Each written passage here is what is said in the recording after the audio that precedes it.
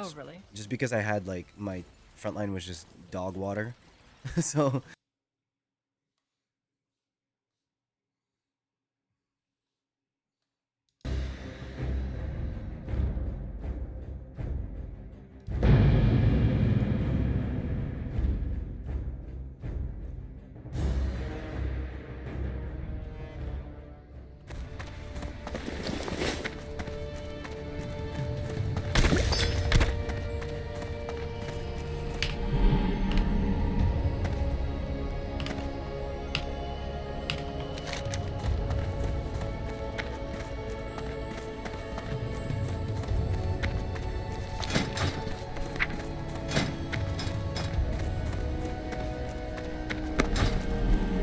Elune be with you. Goddess watch over you.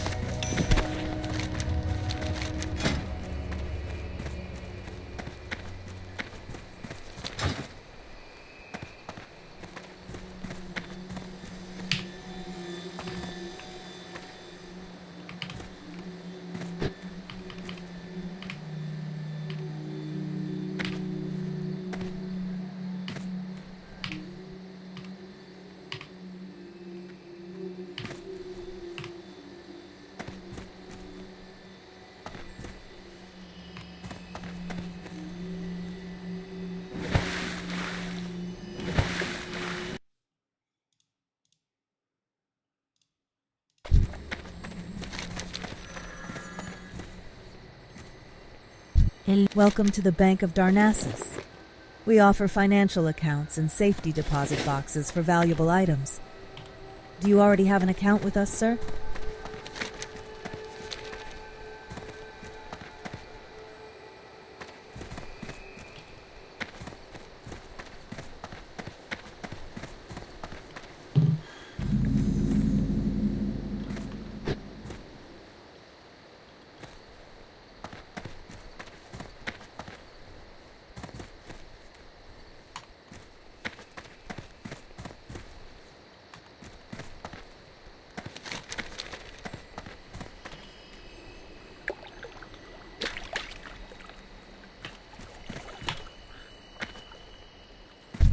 I can teach you fishing skills. I am honored. Go in peace.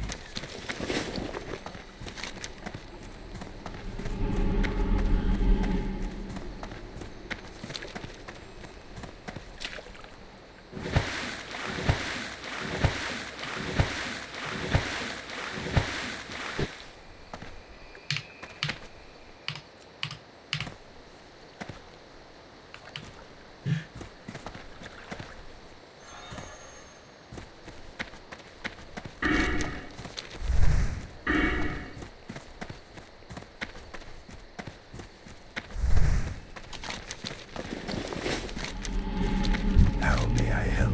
Well done. These tumors are the symptom of the Timberling's disease. They are filled with a poison that we must cleanse from our new land. I will dispose of these tumors. Thank you, adventurer.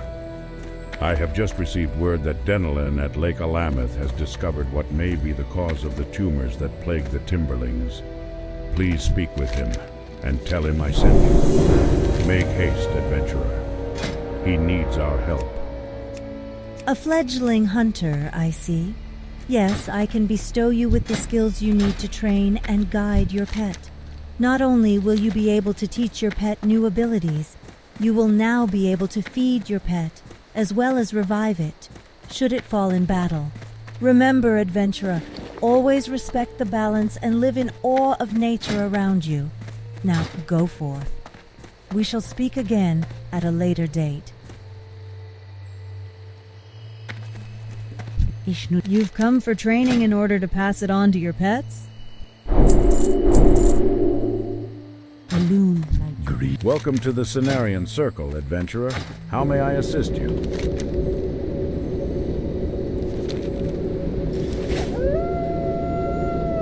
I am listening.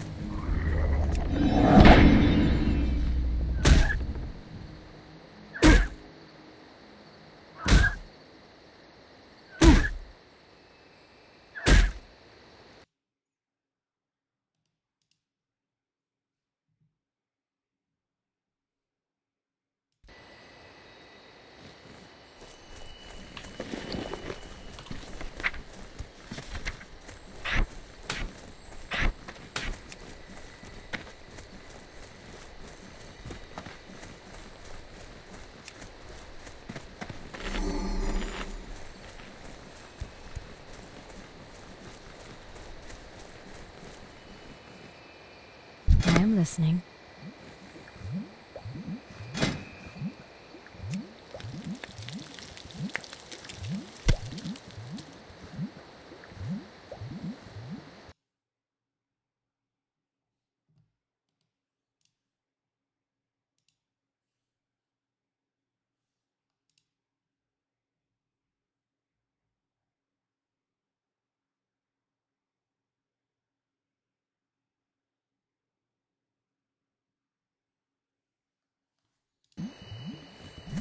Be careful.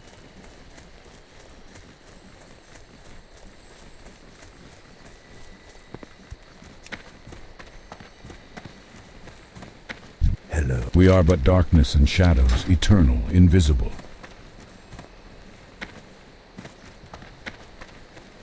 Your body looks worn and your spirit weary.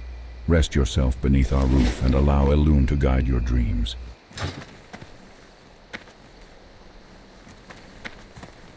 Greetings. Ashafela.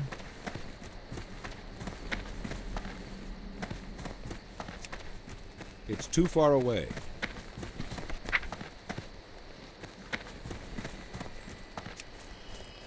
I'm out of range.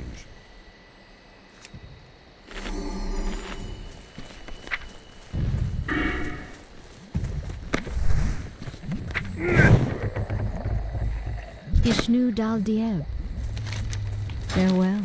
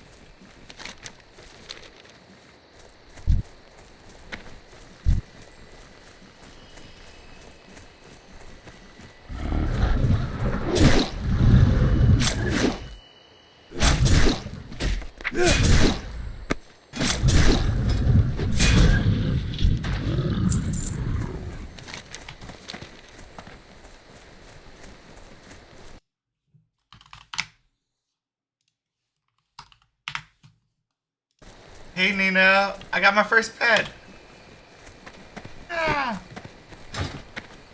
Ah. So Relian sent you to aid me. I'm glad you arrived here so soon.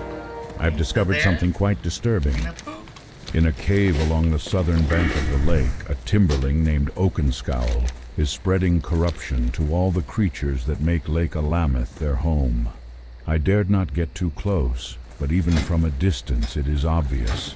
Oakenscowl is being poisoned by the largest tumor I have ever seen. I would call it gargantuan, even. Adventurer, you have already done much to aid my efforts, but I ask of you one more task. Hunt down Oakenscowl and collect the tumor. Remove this source of corruption from my home.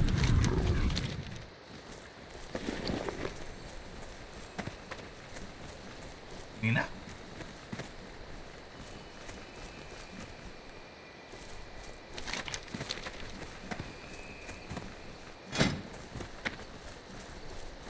Bed all the time.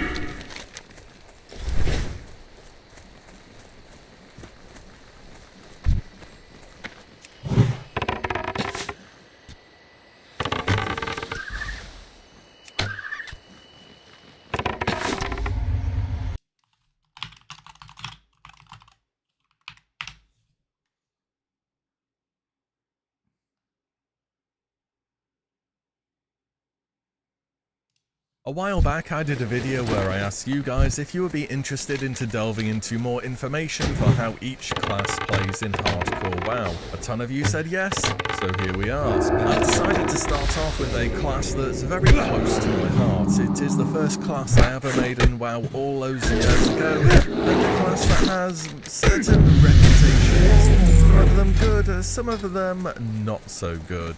The Hunter. As per usual, I will eventually cover all classes in the game and will aim to break down their strengths and weaknesses, as well as including tips to help you on your hardcore journey, such as talents, important abilities to prioritize while leveling, weapon progression where relevant, macros, add-ons, all that kind of stuff. So let's make a start. The Hunter. Often seen as one of the most capable soloing classes in the game, with a toolkit of CC, consistent damage, and a pet to ensure you can sit comfortably 30 yards away from danger, firing your bow. It's also often the case that people recommend Hunter as a good class for newer players in general to World of Warcraft, just because they play so smoothly and safely. Yet whilst Hunter is easy to pick up, I also believe it's the single highest skill cap class in the game, with a pet control, tons of mechanics you don't find on any other class in the game, and the habit of making the player perhaps a little too confident going into dangerous situations. There is a ton to talk about here, so let's break down the Hunter from Hardcore WoW. Coming in fresh to Hardcore, it's hard to not recommend having the Hunter near the top of the list, and it's the combination of having a very capable pet tank alongside a huge auto-attack range that really makes the Hunter a very safe class to level if you are taking things slow. But just as I mentioned, this class has a ton of unique mechanics that you need to be aware of. For example, during vanilla, ranged auto-attacks have a minimum of 8 yards, and melee is 5 yards minimum. So if an enemy is standing in that 5 to 8 yard distance away from you, you will be unable to attack them at all. This is called the dead zone, and in leveling focused content tends to be less of a problem, but there are still many mobs which can root with nets or frost novas, so try to avoid getting caught out and being unable to deal any damage. Melee and range swing timers are also separated in vanilla, meaning if you are min-maxing, you can have your pet hit one target with a second mob hitting you, and then tab between them to raptor strike or just melee when it comes off of cooldown. Much more of a speedrun type thing to do, but it is fun to pull off. And we should talk about your pet too. In Classic, it's not a mindless beast that you can just have exist next to you and forget about it. Your pet needs to be actively worked on just as much as your character does. To start off with, you don't get a pet until level 10, and those first 10 levels can actually be quite painful as you won't have access to wing clip to help kiting. You will have concussive shot, but generally don't overpull like crazy when you're going fresh out of your starter zone. Once you do hit 10 and finish your pet quest, you will not have access to some of the core abilities to maintain your pet, such as Revive Pet, Feed Pet, and Beast Training. You will need to venture to your near faction capital city to pick these up, and when you tame your first pet, they are not going to be very happy. If their happiness goes low enough, they will just straight up run off. So make sure your pet doesn't die before you finish this quest, or just go get it done as a priority. You will also want to feed your pet to increase its happiness. Each pet eats different food, which you can check via the pet tab under your character. Higher tiers of food give more happiness, and you should be feeding them food which is roughly the same as their level. This directly boosts the damage that they deal, as well as causing your pet to gain loyalty. What's a loyalty, you ask? Well, it's a stat that determines how much your pet likes you, and it's a stat that you want to max out on your main pet. As time passes and you gain experience, your pet's loyalty level increases. It looks like a kind of bluish coloured wing animation when it goes up, and it caps out at level 6. This in turn will give you more training points to spend on your pet. But what are training points then? This is a number determined by your pet's level as well as loyalty. You can choose what to spend them on by opening your Beast Training tab in your spellbook. This will show you all your learned traits and abilities to train your pet with. Now some of these abilities are learned directly from a pet trainer who are found next to your pet trainers. These are, generally speaking, defense abilities such as extra armor, spell resistances, growl, It's too and far so away. on. Oh, by the way, you get a new rank called Growl every 10th level, and you should go learn it as soon as possible. It's also the only trained ability that costs training points too.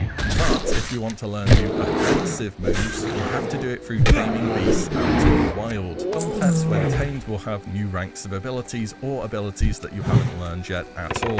So if I just hit level 40 and wanted to teach my pet Bite to rank 6, I would have to run around the world spamming beast lore on random animals until it says one of them knows this ability. Or, you know, you can just I need use to get Petopia closer. like a normal person and look at which beasts have it. You then have to I'm out of stable your main range. pet, go train a beast which has your desired ability or rank, and then have them use this ability in front of you, and eventually you, a hunter, will learn this technique and it will appear in your beast training spellbook. You then abandon this pet that taught you the ability, or I mean, you can keep it if you want, and go get your main pet back out the stable and teach them the new rank using training points. I don't know how this makes sense, but that is the system that exists. It's not totally obvious how it works, so I thought I'd just explain that. I'll talk more about pets to use during the talents part of the video in case you wanted to hear about that.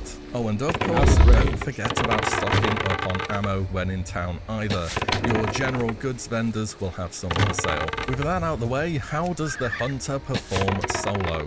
Well, for me, Hunter is without a doubt the single best class in the game for soloing mobs, which are higher level than you. Not even elites necessarily, just stuff that's a higher level. And it's not because of their pet, though the pet does help a lot admittedly. It's because ranged attacks are kind of busted in Classic actually. For any other class in the game, orange mobs can be a challenge and red mobs are just straight up not worth the risk. For the Hunter, if you have space to run, it's all fair game. This is because ranged attacks cannot be parried, dodged, or blocked. You have a miss or they hit. So when you're attacking something higher level, you're rolling against way fewer failure points on their defense table compared to melee classes who will have a hard time landing attacks, or spellcasters who will have most of their spells partially or entirely resist. When you add on aspects of the cheater and concussive shot to this, you become literally impossible to catch.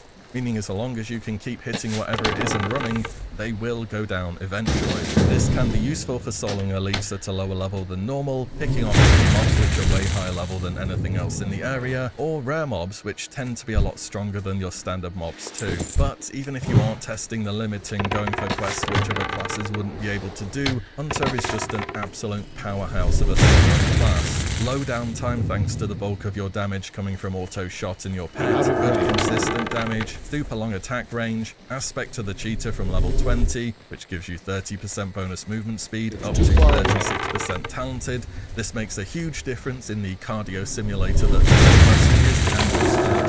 So for the solo player that wants something pretty chill to the speedrunner looking to min-max mechanics, you really can't go wrong with this class. In a group, the Hunter is near enough always a solid addition for kind of the same reasons that they excel solo, though in groups you may be called upon for some more utility though, like frost or freezing trap to control groups of enemies, or using flare to check for stealth mobs ahead of you. Your pet can very much be a blessing or a curse in group content, from weird pathing leading them to pulling extra mobs, pets with dash on getting feared into different rooms, and of course the classic Hunter please turn off taunt moment. Then again you have the possibility of having an off tank, pulling large groups of enemies with Eyes of the Beast and more. Experienced hunters compared to those newer to the class will become noticeable in groups by really taking advantage of their full toolkit instead of kind of just chilling at the back and pressing auto shot. The Hunter's survivability is kind of a weird one. I don't think it's as amazing as people make it out to be, and when things go wrong, which eventually they will,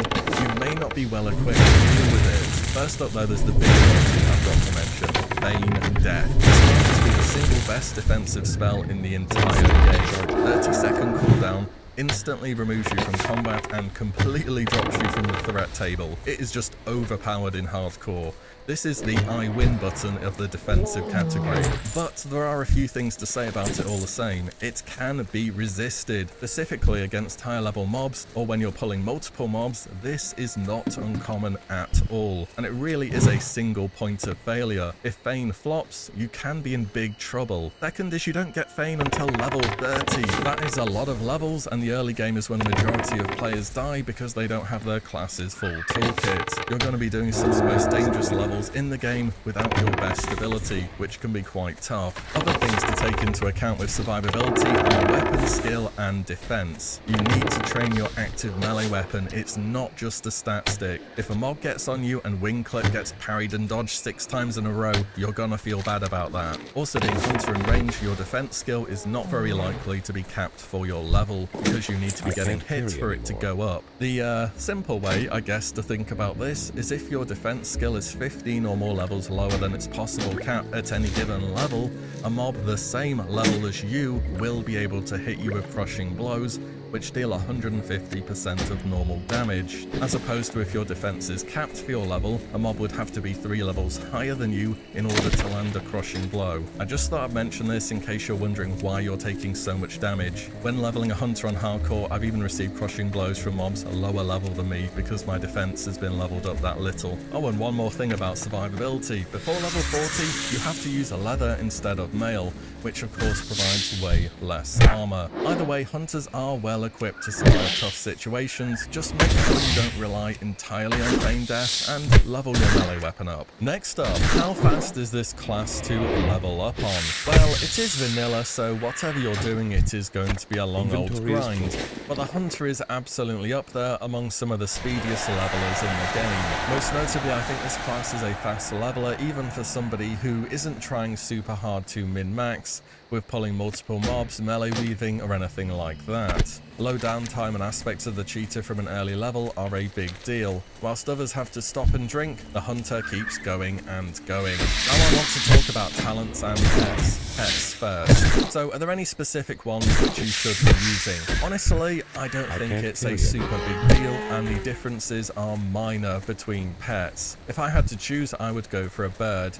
They have access to Screech, which causes minor damage to your main target and reduces the attack power of all nearby enemies, lowering their damage by a small amount. They can also get Dive, which is just your pet's version of Sprint to get them between targets faster, which I think is very useful. Saying that, not everyone's starter zone has access to getting birds early, but everyone can get a cat quite early on. Cats are good as they attack fast, can learn bite or claw as well as dash, and if you go down the route of Beast Mastery, ideally you do get a fast-hitting pet for better uptime on your Frenzy talent. Worth mentioning in case anyone out there is lucky enough to see it, there is a totally unique rare spawn level 36 cat in the Badlands called Broken Tooth. This cat for some reason has 1 attack speed, which is the fastest in the entire game out of all pets, meaning this cat is amazing for Frenzy uptime. She will be permanently camped and tamed on spawn, but if you run across him, might be worth picking up. At the end of the day, the differences are quite small, and I think the pet is up to you and what you want most. You think Plain Striders are cool? Hell yeah, I you got go another get a Plain bag. Strider. You like turtles? Go tame a turtle. Now let's get on to talents. So as a quick mention, Marksman is a good tree for dealing damage, but early game you're going to be doing too much damage and kiting mobs more so than having your pet tanking them. Also, you're going to have mana problems and a squishy pet. Survival is not half bad either, but it also runs into the squishy pet issue, whilst also having more supportive talents rather than the big gameplay enhancing ones that we want early game. So for me, this is why the hunter more or less has to go down the Beast Mastery tree. It's just got too many good things going for it. It beefs up your pet, aka your own personal walking tank, a good amount. Extra movement speed on aspects of the cheater really adds up over time, and passive movement on your pet from Bestial Swiftness is also very useful before you get dash or dive. Heading down into the tree, you can get Intimidation, which is a stun and a big threat modifier for your pet. This is the only way you can interrupt spellcasts, so that is really good to have. 4 out of 5 on Frenzy is fine, 80% chance is more than good enough with how often your pet will be critting. And then we go down to the bottom of the tree into Bestial Wrath, a 2-minute cooldown, 50% extra damage increase, and immunity to a bunch of different effects for 18 seconds on your pet.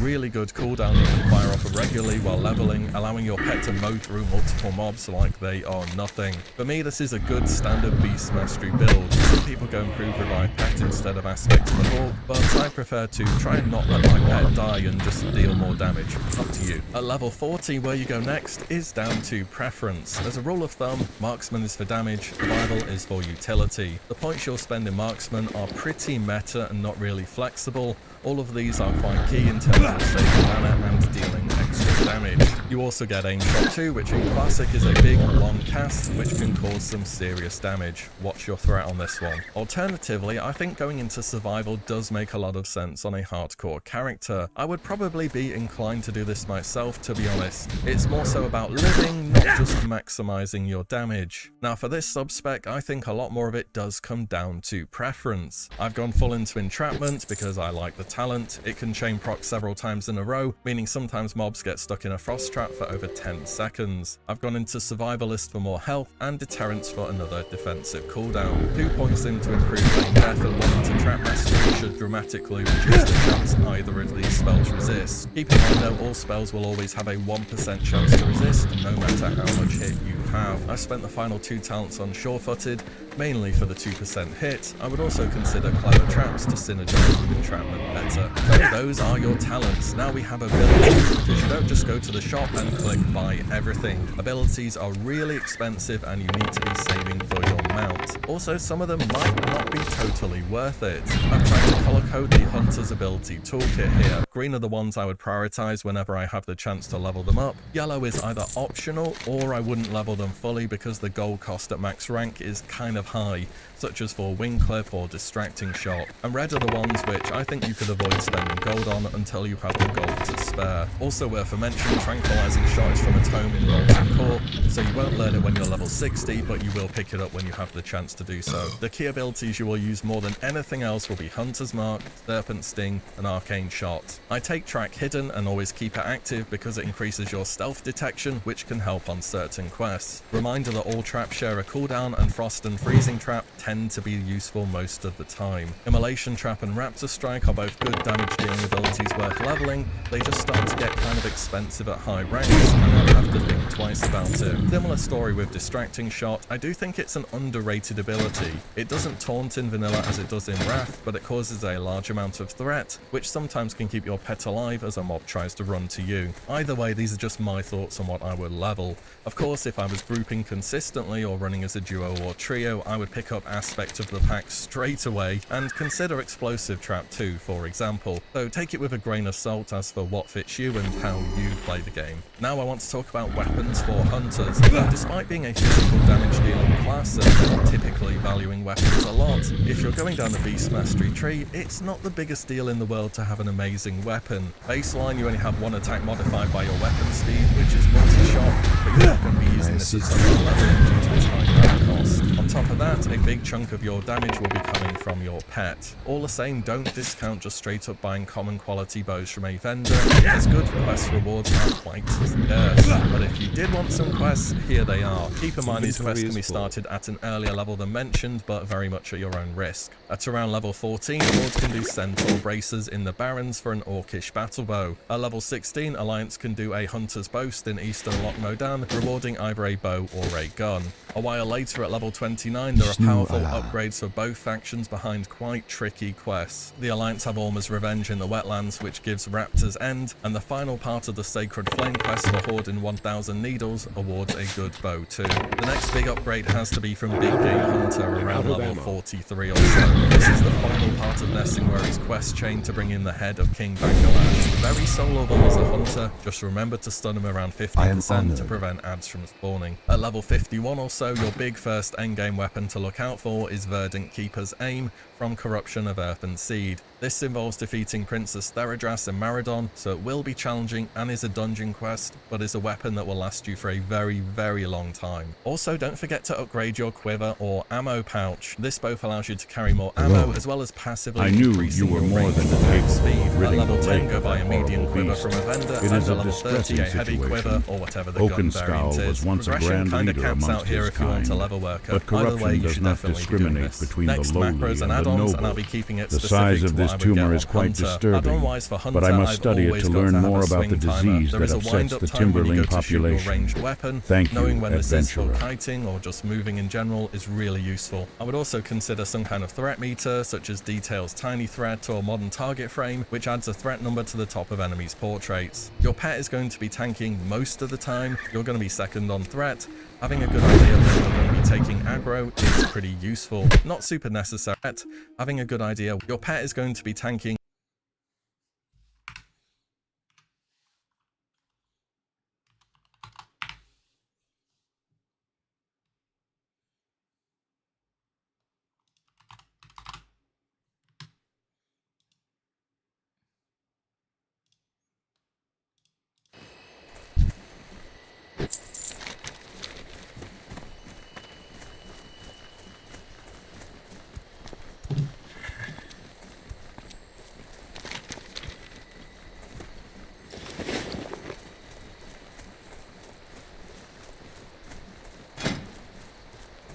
Elun Adore.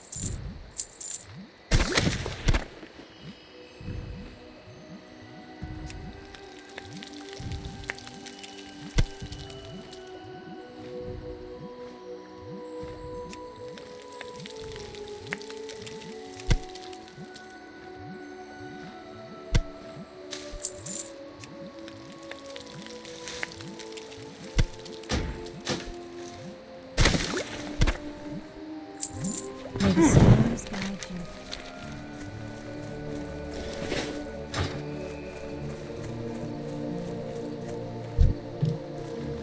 you. You've come for training in order to pass it on to your pets. Good luck, friend. There are many places that you might visit in Teldrassil. Tell me what you seek.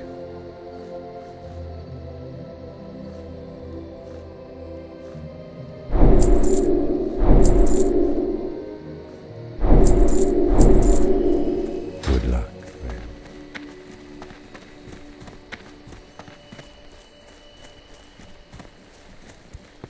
Modern target frame, which adds a threat number to the top of enemies' portraits. Your pet is going to be Adventurer, tanking most you of have the proven time. yourself You're going to be the most second on worthy threat. and able Having a good idea adventurer. when you're going to be taking A person aggro who follows is the pretty path useful. of honor Not as super sure as you necessary, do of course, is but it can certain be to nice. find great Macros now, if glory you want in any, this they'll be in the world. description. May the Cast forest auto shot, spirits so this makes it protect so you you wherever cannot your toggle your travels auto may shot take on or you. off, and you can spam the button. I don't know how people play Hunter without this. Wait until you see how easy it is to toggle auto shot on and off by mistake, and then come and get this macro, by far the one I use the most. Wait until you see how easy taking aggro is pretty useful. Not super necessary, of course, but it can be nice. Macros now, if you want any, they'll be in the description. Cast auto shot, so this makes it so you cannot toggle your auto shot on or off, and you can spam the button. I don't know how people play Hunter without this. Wait until you see how easy it is to toggle auto shot on and off by mistake, and then come and get this macro, by far the one I use the most. You can also throw a pet attack macro into your auto shot too, so your pet will always be going after your main target. I bind pet passive as well, this just calls your pet back to you. It's useful if mobs are running in fit. I bind macro into your auto shot too, so I see how easy it is to toggle auto shot. I don't know how people play Hunter without this. Wait until you see how easy it is to toggle auto shot on and off. So this makes it so you cannot toggle your auto shot on or off, and you can spam the button. I don't know how people play Hunter without this. Wait until you see how easy it is to toggle auto shot on and off by mistake, and then come and get this macro, by far the one I use the most. You can also throw a pet attack macro into your auto shot too, so your pet will always be going after your main target. I bind pet passive as well, this just calls your pet back to you. It's useful if mobs are running in fear towards other group. Passive as auto shot too, so your pet will always be going after your main target. I bind pet passive as well, this just calls your pet back to you. It's useful if mobs are running in fear towards other groups, then you don't want your pet to chase. You change your mind on sending your pet in, you need to save your pet when it's on low health, and so on and so forth. Speaking of passive, I would generally keep your pet on passive all of the time too. Defensive is okay, but sometimes you're running away from mobs and you don't want your pet to be constantly hitting things and dragging them along with you. Also, pet aggressive is keybinded by default. Unbind this. Seriously, there will be that one time when somehow, somewhere you turn it on, you're gonna be in a dungeon and your pet will go zooming towards 3 packs of elites. For me, it was under keybinds, action bar, pet button 8, and it was on the bind control 8. This is one of the few abilities in the game where if you think you need it, just click it. Cast Eagle Eye allows you to spam this ability. Without this, you can only cast it once and then it will redirect you back to the player. It's actually very useful for finding where mobs have spawned in a zone when they have multiple spawns. Have you ever wanted to find Fosrock in Arathi Highlands? Now you can do it without doing laps of the zone. Start Attack and Cast Raptor Strike can be useful for a simple one-button melee macro. You can add in Counter Attack or Mongoose Bite too if you have them. Finally, something here to feed your pet in one button. Just update the macro with whatever food you use. And that is about all I have for the Hunter. Definitely a class that can be great for all players, whether you're just starting Classic Hardcore or you've been giving it a go for a while now. It's in that unique place of both being super accessible, but also having a really high skill cap to play optimally. Either way, I hope you found some of the information here useful for your hardcore journey, and if you decide to go with a Hunter, I don't think you will regret it. Let me know your thoughts below and anything else big that you would add to what I've gone over here. Also, what class do you guys want to see next? We have every single one in the game left bar Hunter, so just let me know. And as always, thank you all so much for watching and listening in, and I'll see you all on the next one very soon.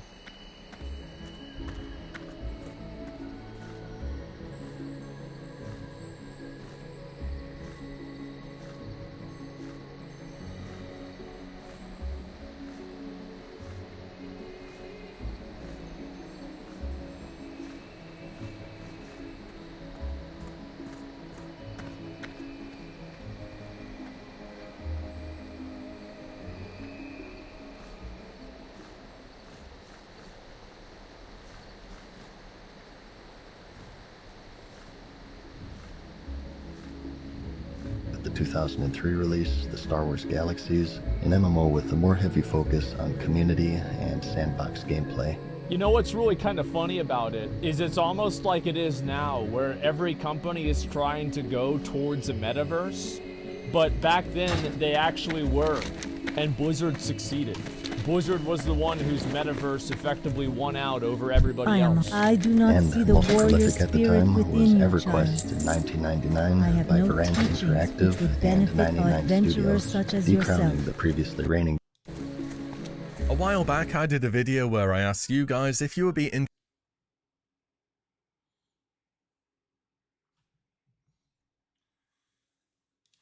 Hello everyone and welcome to my Hardcore Hunter guide. In this guide I'll talk about the different talent trees I use when I level up, tips and tricks, the best profession and race you can choose, macros and a lot of other things. But before I start talking about the different tips and tricks I like to use, then I would also like to cover why the Hunter is such an amazing class to play in Hardcore and why it's so beginner friendly. So why the Hunter has a high chance of making it to 60 is because of feign death. This is where you will pretend to be dead, and in most cases it will also work. When you use this spell, you will leave combat and then you can just mount up, run away and avoid a death. And why the Hunter is also easy to level is because of your pet. So let's say you accidentally disconnect, well then your pet will continue to attack the enemy. As any other class, this would usually cause you to end up dying, but because of the pet and it continues to attack the enemy, then it also puts more threat, and now it will be the one with the aggro. So with this introduction, I guess we're also ready with the different tips and tricks that will help you level a Hunter. When you start this class, it's gonna be important that you always use your ranged abilities and ranged attacks. These will deal way more damage compared to being in melee range. Therefore, I usually just use my auto shot, get a bit of distance and wait for another auto shot to be ready. But all of this will change when you reach level 10 and you complete your Hunter chain quest. Because the moment you get a pet, well then this will also be your tank.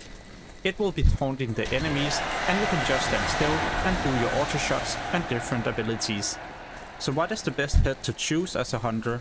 Well, in my opinion, or well, my preference is just to use a boar. Why I like this is because this pet will eat pretty much everything you find. So when you loot a new type of food, well then you can just feed it to your pet.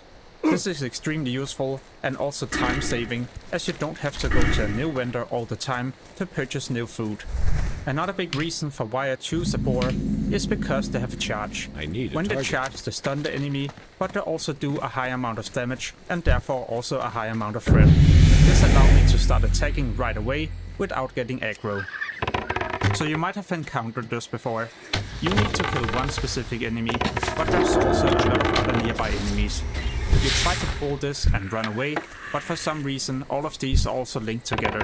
This is because you did a big mistake. You used a single target ability. Now all of them are linked together and they will evade at the same time. What you should have done instead was to use an AoE range ability, for example your volley. When you pull more than one enemy at the same time, either with a range ability or spell, well then these will no longer be linked together. Yeah, you will pull them at the same time, but because you did this, then they haven't been chain pulled. Instead, they were pulled at the same time and no longer being linked together. So you can just shoot at the target you need to kill, and all of a sudden, the other enemies will also start to evade. Super useful if you just need to kill one specific enemy and you don't want to deal with the rest of them. One spell that is quite underrated is Disengage. So if you accidentally pull aggro and your pet's taunt ability is on cooldown and the enemy also resists your feign death, well then you can just spam your Disengage to reduce your threat. In most cases this will work after 1 to 2 attempts. When you level up your hunter, it's also important that you have a decent range weapon. But in the open world there's many different vendors where you can either purchase a white or a green weapon.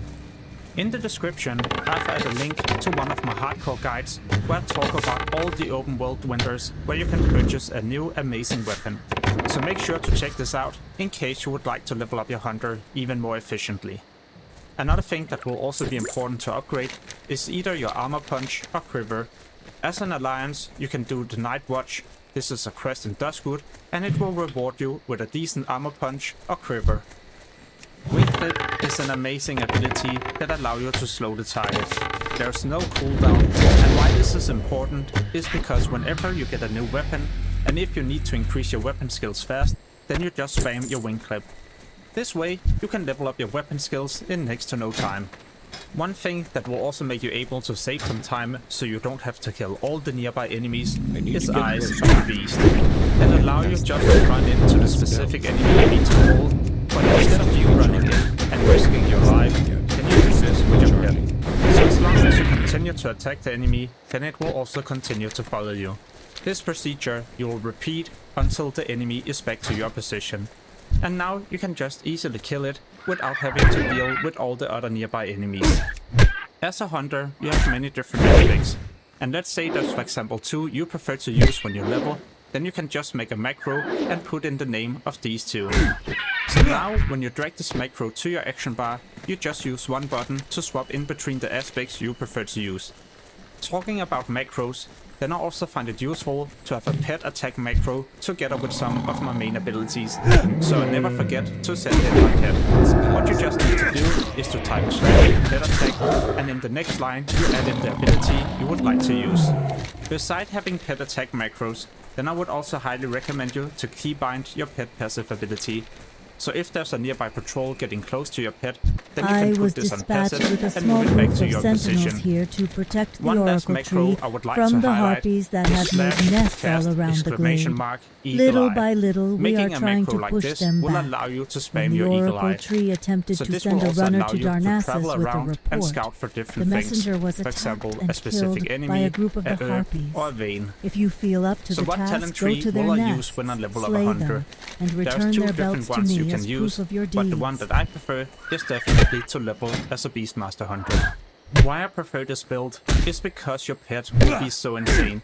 It will deal a higher amount of damage, have more survivability, and allow the hunter to easily solo different quests that requires a party. For example, different elite targets. You can also level up as a marksman hunter. Here the hunter will do more damage and the pet less damage. But this can also be risky as you do a lot more threat. So sometimes you might also be the one that will be tanking the enemy. Therefore, I usually just stick to Beastmaster, also because you get improved aspect of the cheater. So this way, you will be able to travel around even faster before you get your mount. So what is the best profession as a hunter? Well, mining and engineering is amazing. You can craft your own armor, your own guns, and even a target dummy. So if you make a big mistake and your feign death is resisted, well then you can spawn a target dummy and this will taunt all nearby enemies. Herbalism and alchemy is also a good combination, so you can craft different potions that will benefit your leveling. But remember, Auction House will be available on the official Classic Hardcore servers, so you could always just purchase potions on the Auction House. And skinning and leatherworking is also a decent choice, so you can craft new items, armor quivers and armor punches, and also high level items when you reach level 60. But to be honest, then engineering and mining might be the best combination, as it increases your chance of surviving and making it to 60 by a lot. So what is the best race to choose? Well, as a Horde player, there's 3 different options, but only 2 of these are good. it is to either play Troll or Orc. As an Orc, you get Blood Fury that increases your attack power, you get increased damage with your pet, and you also get hardiness. As a Troll, you get Berserkering, increased regeneration, and also increased bow skill. Both of these races are amazing choices, so I guess it all comes down to what look you would prefer your character to have. As an alliance, there's two different choices, either to play Dwarf or Night Elf. Night Elves get Shadow Meld. This can be useful right after a feign death, but also if you sit down to drink and eat and you don't wish to fool a nearby enemy. Dwarves get Stone Form and also increase skills with their gun. So if you for example level engineering and you craft your own guns, then you will also benefit from this ratio. In my opinion, Shadow Meld is so amazing in hardcore and an easy way to prevent the death. Therefore, I would also choose to play a Night Elf. As you get closer to level 60, you should also start focusing on getting more hit, so you do more damage in dungeons and raids. The hit you will need in PvE is going to be 9%. So there's a few ways to get additional hit. Either by spending 3 points into Surefruited to get 3% hit. When people start to do Molten Core, some might also obtain the schematic to make this scope. This will also increase your hit by 3%. As a leatherworker, you can craft the Devil Saw set. Equipping both of these items grants you 2% hit. There's also an amazing level 47 two-hand weapon, Warmonger, increasing your hit by 3%. I hope you learned something new by watching this guide. If so, then please make sure to give it a like so it gets recommended to even more people. If you would like to see more hardcore guides, for example other class guides, leveling tips and tricks, and other useful things, then make sure to check out the channel. And in the description, you'll find a link to my official classic hardcore gold making guide, and also an amazing leveling guide. As always, thank you so much for watching, and have an amazing day. Peace! Hello everyone, and welcome to my Hardcore Warrior guide. In this guide, I'll talk about the different talent trees that I use at low and max level, different tips and tricks, the professions, but also race I prefer to choose, macros, and a lot of other stuff. And I've also made a timeline, so you can easily skip to the part that you're looking for. So what specialization or talent tree should you choose when you level a warrior? Well, in my opinion, there's two different choices. Either playing Arms Warrior or Protection. And the reason why I will not recommend you to level as a Fairy Warrior with 2 one-handers is because you're going to miss so many of your attacks, and the enemies also has a high chance to either dodge, block or parry these attacks. Alright, so if you prefer to play with a two-hand weapon, then I would recommend you the Arms talent tree, and it should look like this at level 60. But I guess you would also like to know at what level I choose each talent, and this can be seen right here. One thing you gotta know is that at level 31, you gotta choose between a specialization. Usually I just go with Axe specialization, but you could also choose a sword specialization if you prefer to use that weapon type. Another option would be to level as a protection warrior. I like to do this all the way up to a reach level 40.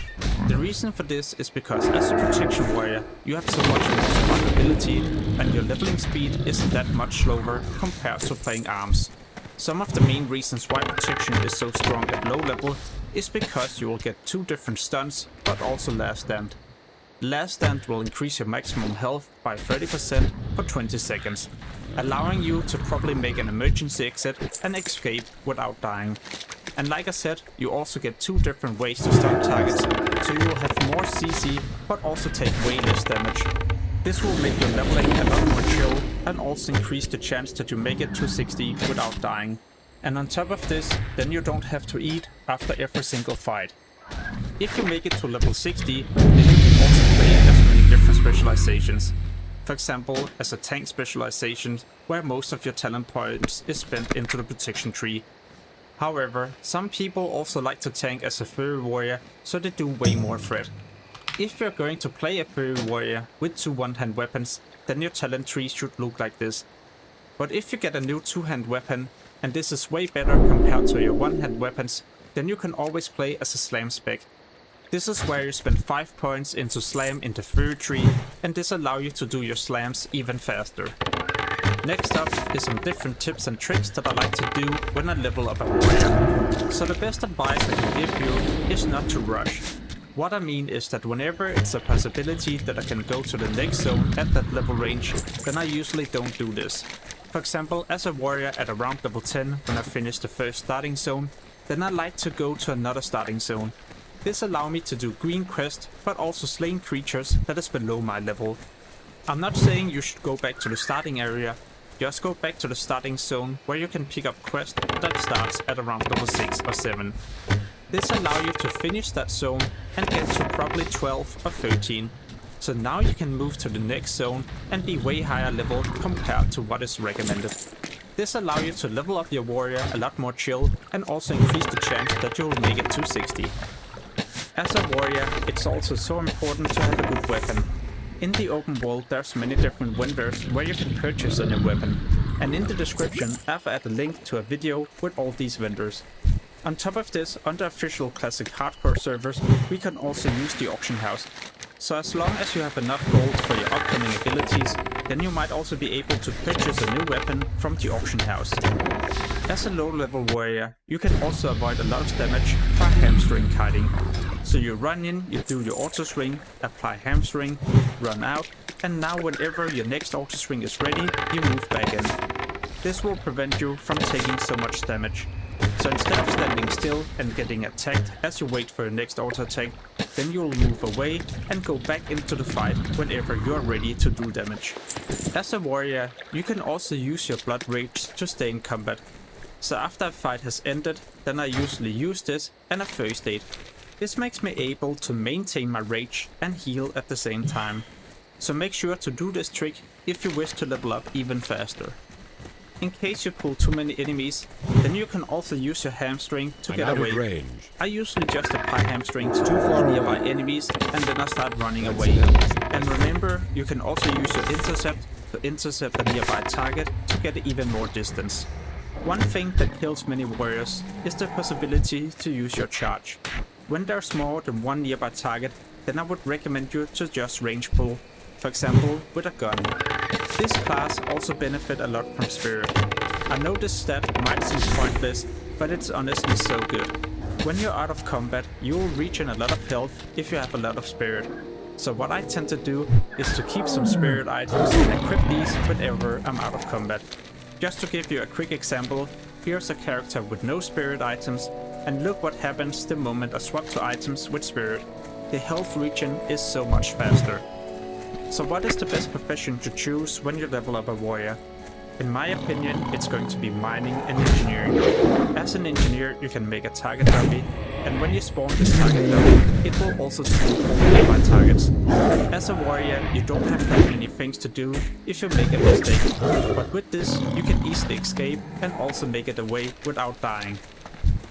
My second option would definitely be to pick up herbalism and alchemy, so I could trade elixirs and potions that would benefit my leveling. But then again, with auction house being available, then I can always just purchase these and still have engineering at the same time. You're recharging. So what is the best race to play? Well, as an alliance player, I would either play gnome for their escape artist, or human for their sword and mace specialization. These ratios will be useful when you level, but also at 60. The reason why I don't prefer playing Dwarf or Night Elf is because I feel like their ratios isn't that powerful, also because PvP won't really be a thing. But then again, play whatever you like. I mean, it's not like the race will determine if you will make it to 60. It will probably be a lot of other things, for example some of the things that I mentioned in the tips and tricks section. As Horde, I feel like Troll is so underrated. They have increased health regeneration and also regenerate health in combat. So this allows the Troll to kite with hamstring and regen health at the same time. And because of the fast regen, it can also get into a new fight even faster without too much downtime. You can still choose to play an Orc, but it doesn't feel as amazing as it used to in Classic. Hardiness was an amazing racial because it was useful in PvP, but X specialization is still something you will benefit from. The only downside is that if you use Blood Fury, then your healing is also reduced by 50% for 25 seconds. This can be so dangerous when you need to use a healing potion. So for example, if you use Blood Fury, the enemy flees and pull more enemies, then you might need to run away, but all of a sudden there's too many enemies and you won't get a big heal from your healing potion. I can't carry The two other anymore. races, Undead and Tauren, doesn't feel like the right choice for me. I don't believe the racials will help me that much. Of course, Undead with the cannibalism can be useful, but then again, I feel like the Troll racial will just benefit my leveling all the way up to 60.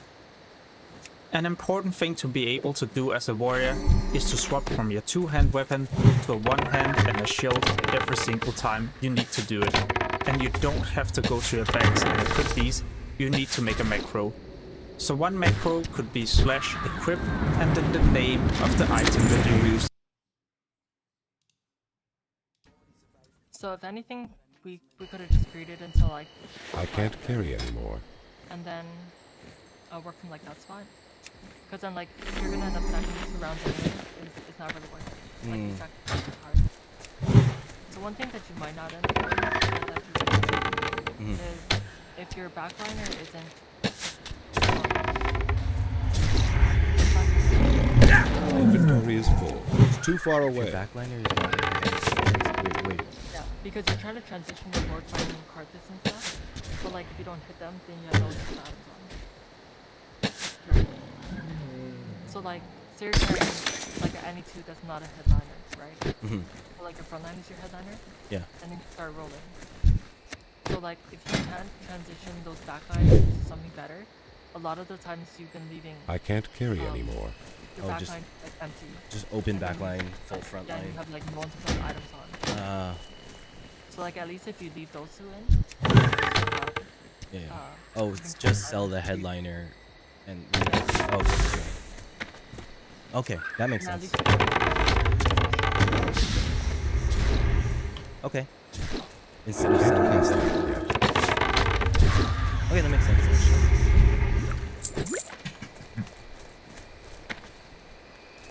I'm a little scared now, not gonna lie.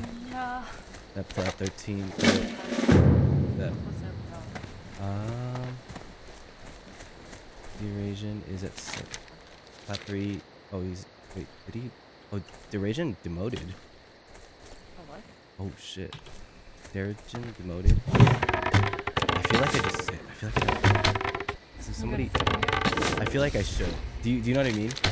Or do you think I should play? Like, because if I play and go to 0, then they could promote and knock me up. Do you know what I mean? There's only 1 hour left, so. Yeah. I think I sit just for this hour. Yeah, you could do that. Do you know what I mean? Because if they yeah. promote and get to like 5 and I'm at 0, I will get eliminated. Like they have one more game left, right? Like 1 or 2 more games left. How many people have to pass you? Like, where would you be now? Right now I'm at so plat 2. I think I'm the lowest plat 2. Let's see. Okay. Let me see. The heck is that? Oh.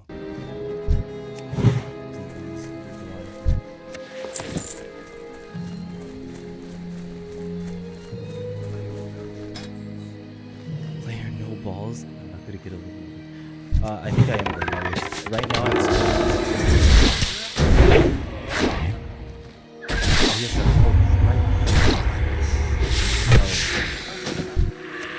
I just clicked on his like little. I don't know if it. I don't know which one the lowest is.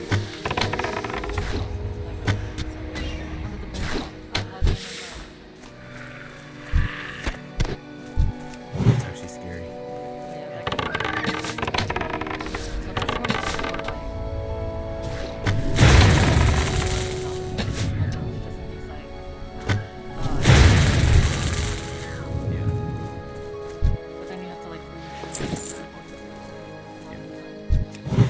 I think I'm the lowest. I think I'm actually the one.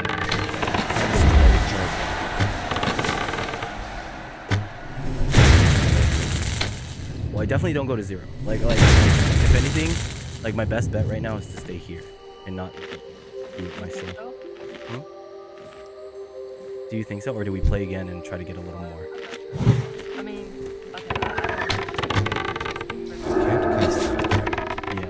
Yeah.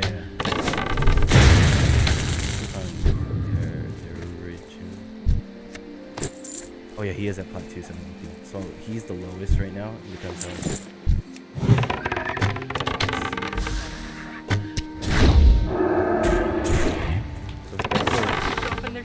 see how they're doing, and if it seems like they're doing bad, then you or it seems like they're doing good, then you Oh fuck! I should just sat at 55 and just sit. Yeah, for an hour.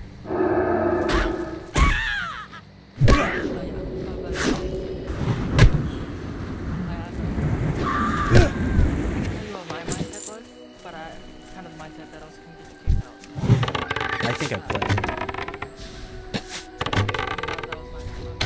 Alright, I think we play. I think we play. So I don't. like my whole mindset during the event was like, just be play as no bitch. I don't want to play and then I don't want to not play and then get knocked out. I'd rather play and then get knocked out. You know what I mean? Okay. We go for some crazy clean.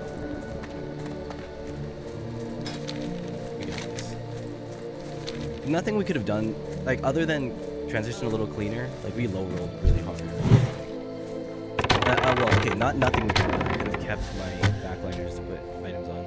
Also, our items were kind of scuffed. Having double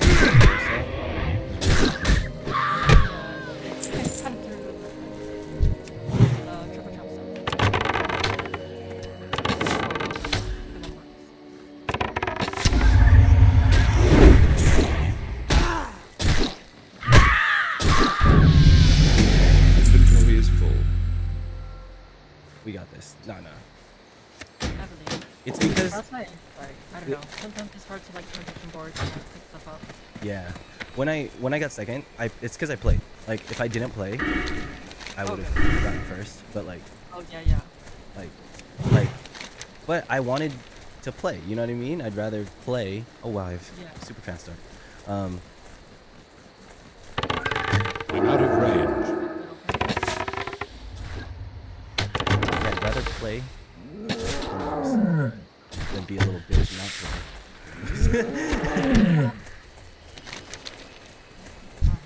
Okay, don't sell to Katarina. Just feel like country. Okay, these other two maybe. Or What? like, well, Kathy has to be Elun's guardian. secrets are many, but they are not to be shared with just anyone.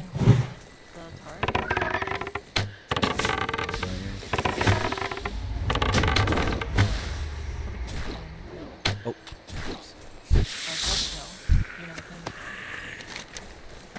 And then hold the Kasante. Really? Even though he sucks. ass? Ishnu Allah.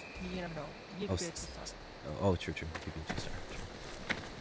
And that's Sentinel with the Lily anyways. Okay. Oh my god. Yeah. That's free. So put in Kennen, put in this, or Probably Annie. Annie, yeah. What brings you here? I am impressed by what you have accomplished here in so short a time, adventurer.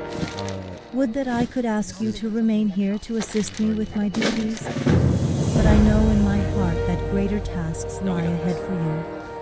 I have noticed the oracle I tree believe has in the just power shed a of piece of its no bark. bitches. No doubt it has a task that it wishes bitches. completed. You should speak with it. Not stars are Oh, the born, not forest bloody mind. whispers of your feats of valor, adventurer. As I felt the harpies forced from their nests, a greater calm spread across the forest, its creatures once again feeling safe.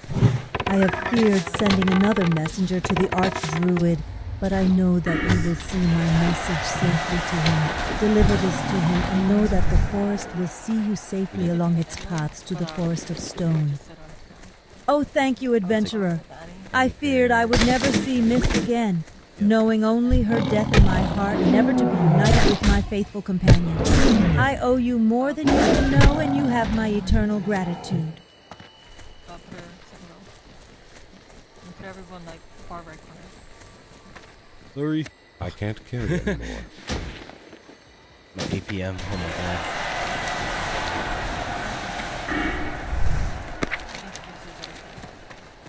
Oh shit.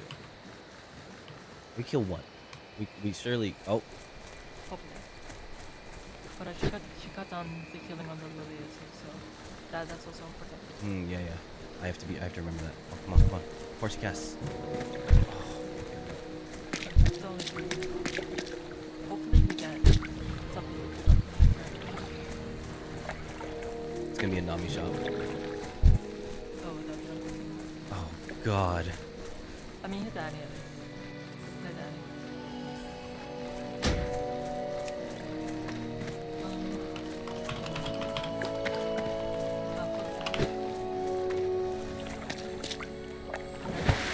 I mean, you have like 50 pairs on there, so I'll put the juices on. Surely we hit some.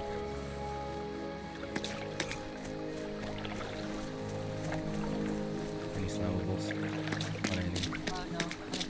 If anything, you could slam a adaptive. Or whatever, yeah. That'd be the only slam working to that on second. Can I play single item? What was that? Can I play a single item? You can play tier.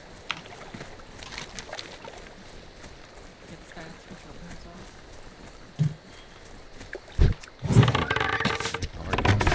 He's actually, he's rerolling.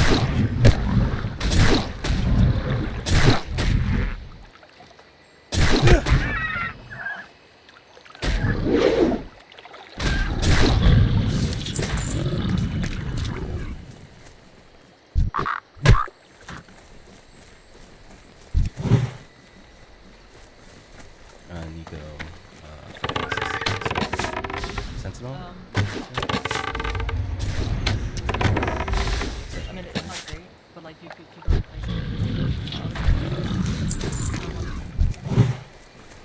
And then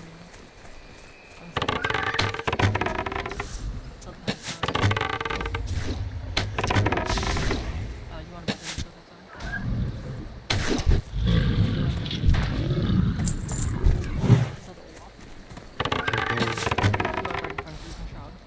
I did. What was that in front? I'll move them out of the Right side. Oh, okay, okay. because now they're all at range. Yeah, yeah. I don't know why I moved them. I don't know. My brain went auto move. It's okay. Oh, hopefully you purchase them. Oh, nice, martyr. Nice. Okay, that's probably what we would have killed. Right? Oh no, we could have. We probably could have killed them.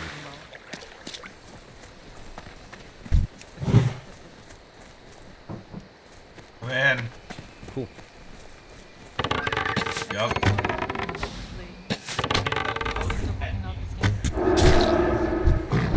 Yes. Hopefully we actually hit another one. We had 2 games where you don't hit. Wow, that's creepy. Inventory is full. I need to get closer.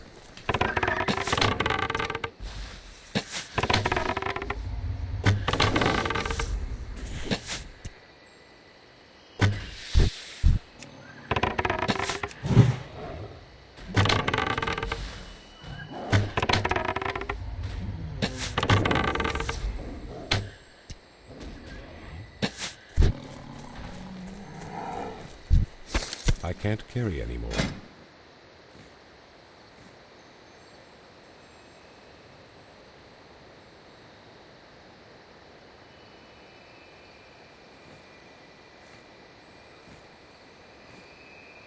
I am.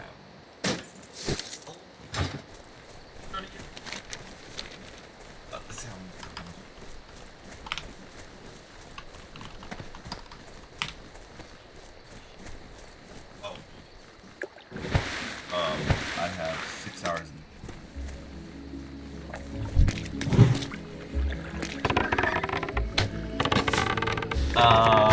Still a lot of learning. I haven't played WoW in a long time, and the meta has changed so much. Oh shit.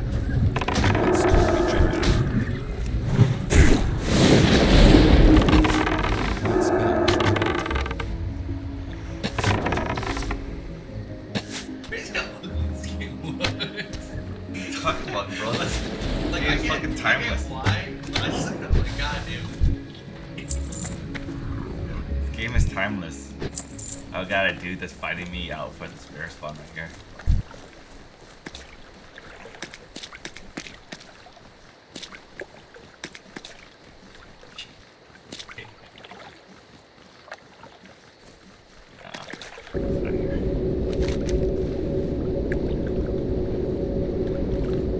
Huh? When's Mop?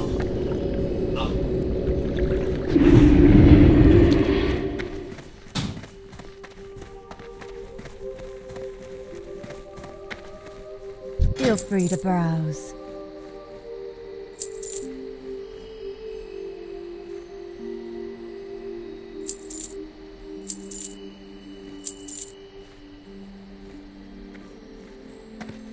goddess watch over you. We are but darkness and shadows, eternal, invisible.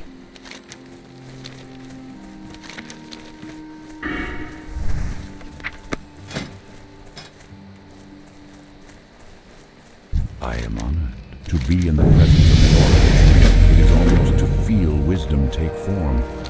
Let me continue the telling. With Teldrassil grown, the Archdruid approached the dragons for their blessings as the dragons had placed upon Nordrassil in ancient times. But Nosdormu, Lord of Time, refused to give his blessing, chiding the druid for his arrogance. In agreement with Nosdormu, Alexstrasza also refused Staghelm, and without her blessing, Teldrassil's growth has been flawed and unpredictable. Without the blessings of Alexstrasza the Lifebinder and Nosdormu the Timeless, Teldrassil's growth has not been without flaw. Strange beasts have been reported arising from the very ground of the tree, and crazed furbolgs attack passing travelers. I can only hope that the solution the Archdruid is looking for will be found quickly. I will pour all the files you brought into this vessel for you to deliver to Darnassus. Bring it to Fandral Staghelm. You will find him in the Druid Grove.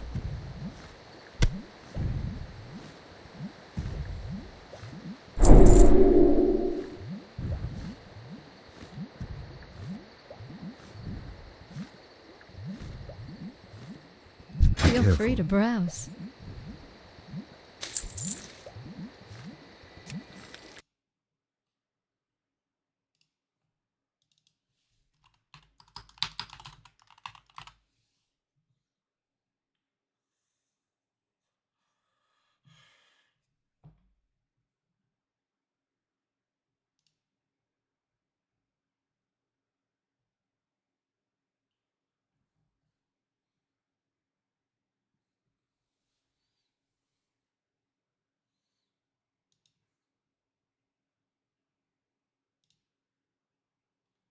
Good luck, friend.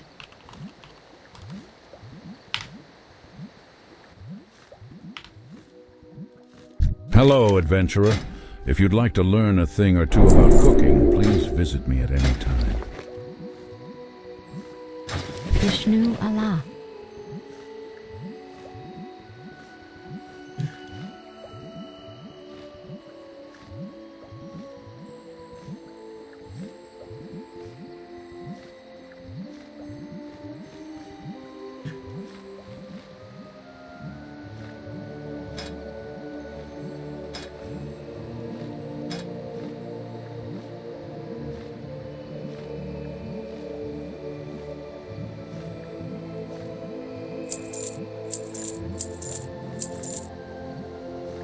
Be careful.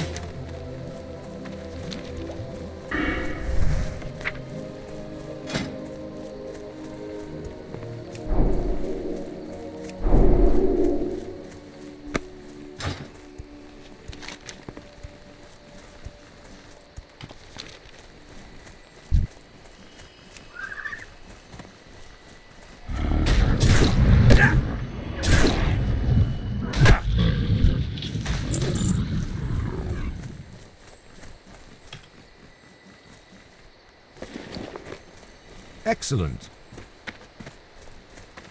Much appreciated.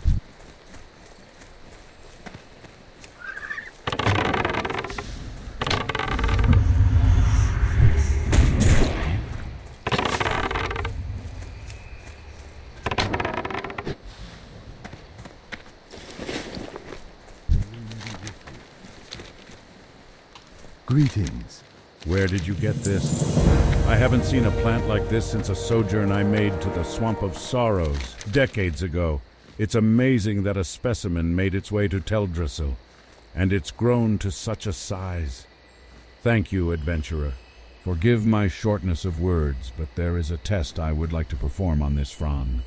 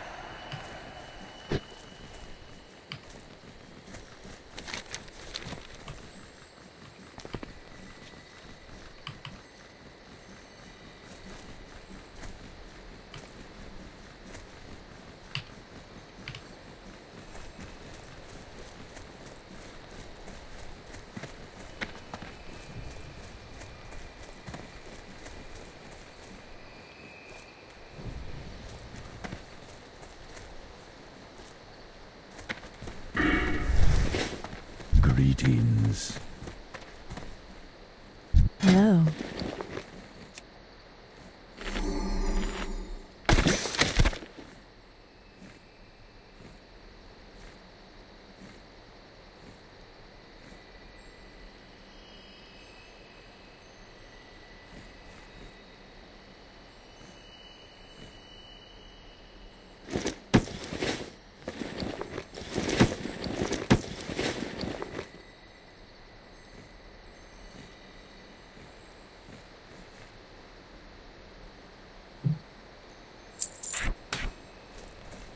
Good luck, friend. There are many places that you might visit in Teldrassil. Tell me what you seek. You've come for training in order to pass it on to your pets.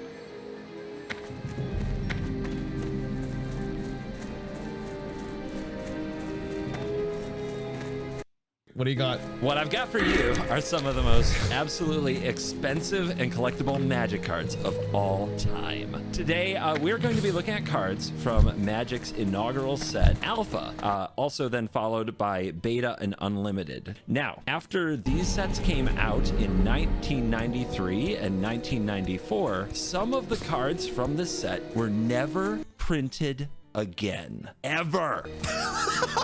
Okay. Today, I just want to show you some of these cards because you tell me you've never seen them. I've not. I only know, what is it? White Lotus, Black Lotus? That's it. We'll get to that. So one of the things about Alpha Beta Unlimited is it does contain the Power 9. The Power 9 are considered the best magic cards of all time. I'm going to be showing you the Power 9, but I'm also going to be showing you cards that are not quite Power 9 and are just oddly worded strange cards. For each card, you're going to tell me if you believe this is a Power 9 card. And for each card, we're going to kind of try to figure out what it does, if it's actually, you know, like old school good. And you're going to try to figure out the price. We're going to talk about the price of some of these absolutely ancient artifacts of their time. Sound like fun? Yeah. One question. Yeah. Did Magic play like it does now? It's just less... Like, does that make sense though? Like they use lands and stuff?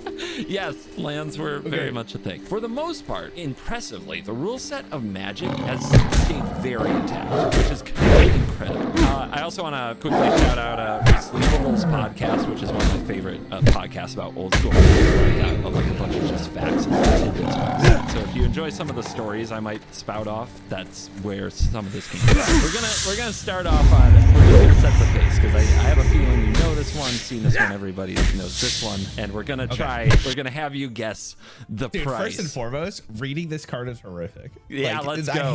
I hate that the text is like not white or like clear at all. You have to squint your eyes to read Black Lotus. Oh my god, how do you even read this? This is zero mana. All right, this is an artifact. Adds 3 mana of any single color of your choice to your mana pool. That is discarded. Tapping this artifact can be played as an interrupt. What the hell is an interrupt? An interrupt, great question. An interrupt is a card type that no longer exists. Back in the original conception, the idea is that when it activates, nothing can interfere with this. You get the mana. Oh, okay.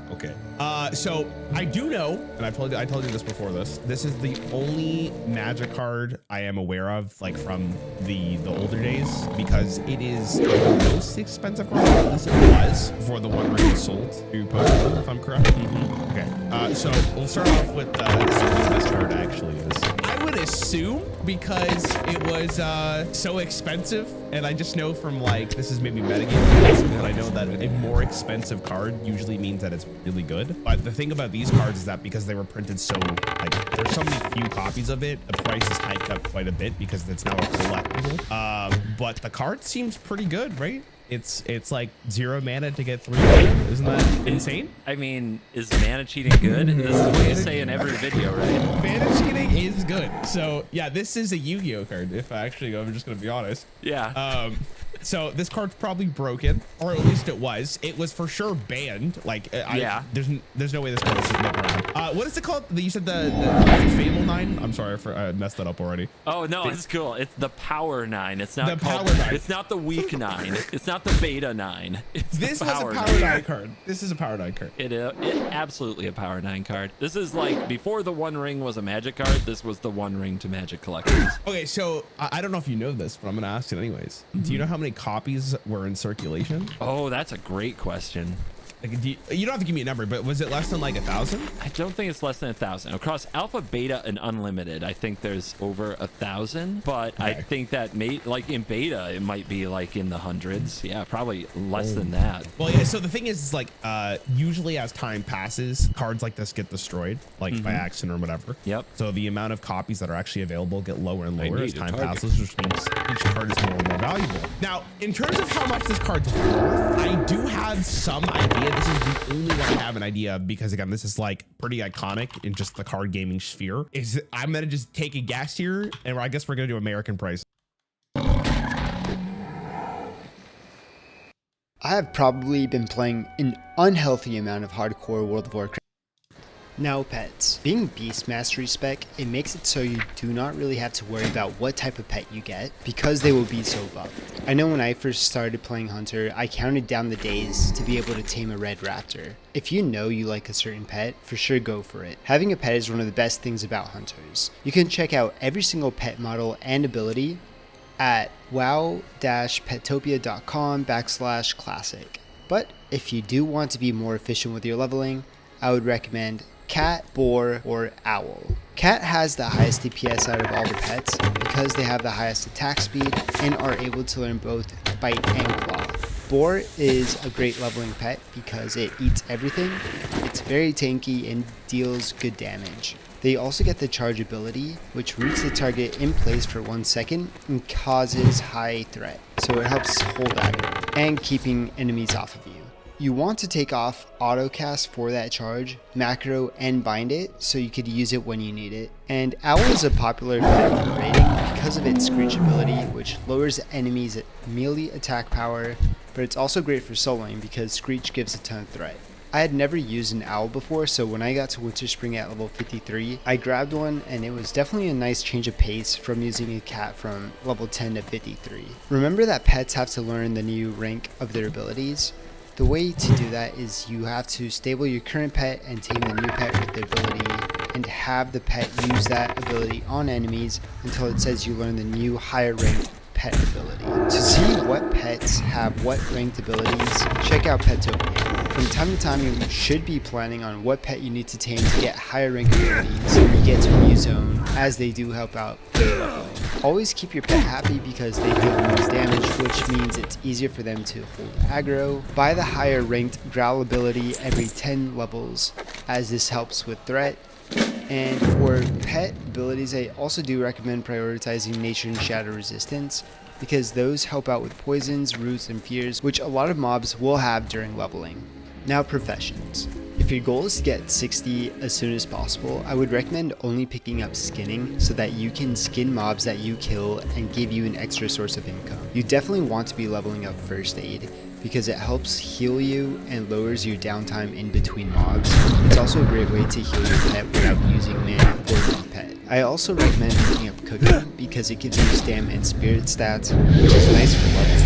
There are also additional cooking quests at almost every zone that helps towards more experience. If you're taking leveling more casually and want to be more careful, engineering and mining is definitely the way to go because of their bombs and target dummies. I use a ton of target dummies which easily save my life while leveling, so I highly recommend getting at least that first level of target dummy, which I think is around 80. The way I recommend leveling engineering is actually starting off with only skinning and mining, so that way you get the extra source of income from skinning, especially those early levels, while working on your mining, and mail the material to a bank alt until you have enough material to get your first target dummy. which is around level 85 skill, and focus on grabbing every single node in the first zones you come across. Even go out of your way to kill the mobs to get to a node, because it helps a ton being able to access the new nodes when you get to the new zones. I actually grabbed enough mats to get my engineering skill to 100, just so I could make the goggles and not waste time just going back and forth from engineering and profession trainers. The Flying Tiger goggles are also really good because helm pieces don't really start dropping until your mid 20s, and it allows you to grab those stats pretty early. And you should check out wow-professions.com. They give you really good guides on how to level every single profession, from fishing, cooking, first aid, mining, and engineering. And it gives you actually a rough estimate of the material you will need. So that's how I was able to get to 100 just one go, and it saves so much time being able to plan that out like that. Now, banking and economy. Economy is very important in hardcore, and you should think about it as an insurance. You do not want to die on your character with everything you have. So that is why you need to make a bank alt that you send items and excess gold to. The best race for bank alts are Human for Alliance or Tauren for Horde because of how close they are to their capital cities, and you just park your bank alt right next to the auction house and mailbox. I recommend sending every single green or blue item to that bank alt and have them sell it in the auction house, and also keep that gold as your reserve in case you die, and also as a piggy bank to get to your level 40 mount.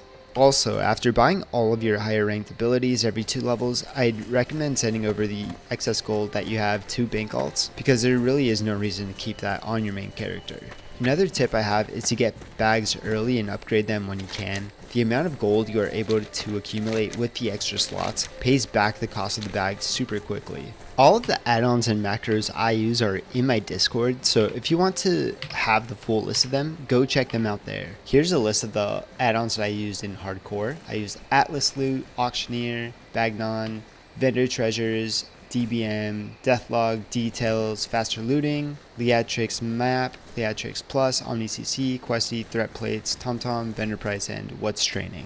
Everyone knows the inefficient leveling classic WoW experience. Running 20 minutes to a new zone only to be able to do 2 quests because you didn't talk to the right person 2 levels ago to unlock the rest. To help with leveling, I wanted to share Joanna's guide. Joanna held the top leveling speedrun back in vanilla and created a leveling guide and add-on for all classes.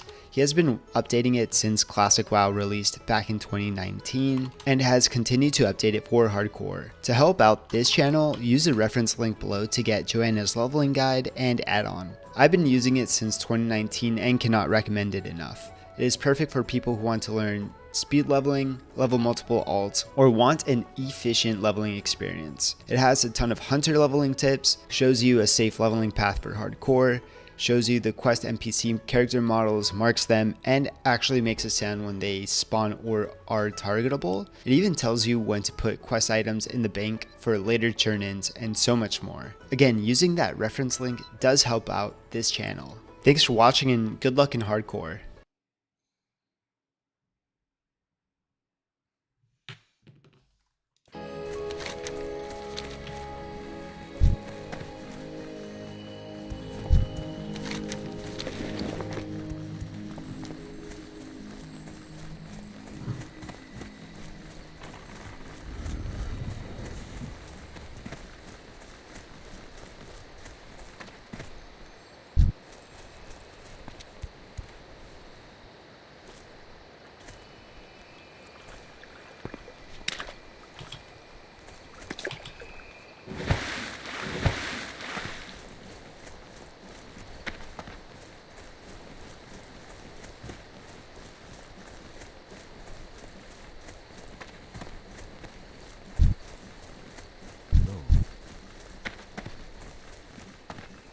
Can I assist you?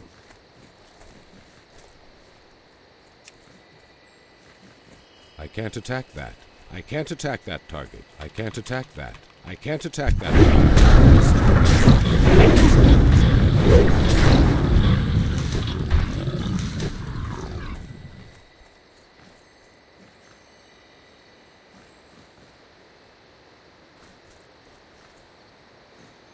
What brings you here? What is this? A Timberling heart? It's covered with a foul moss. Thank you for bringing this to me, adventurer. I will examine the heart and...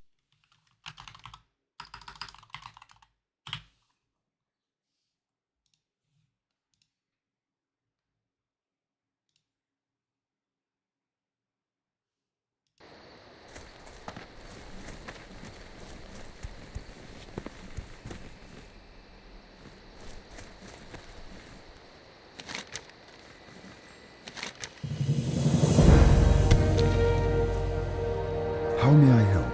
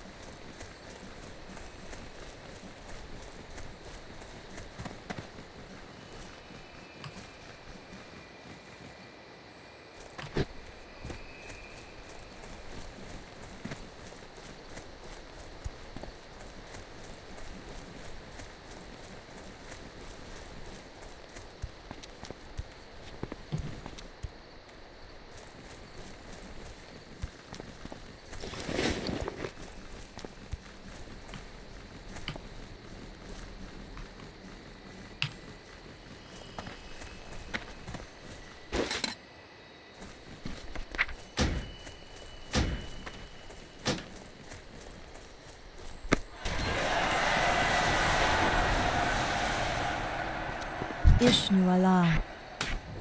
Del Madras. How may I help? Be careful.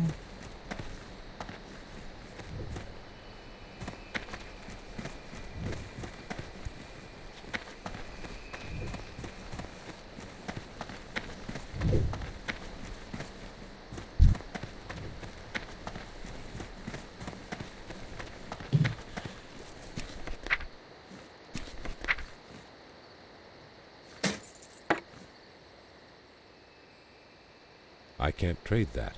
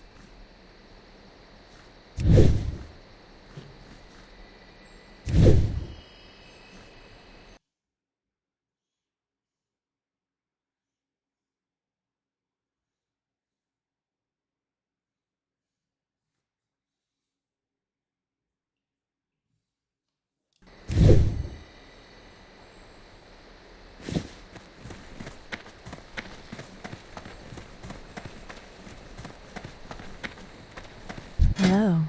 Farewell.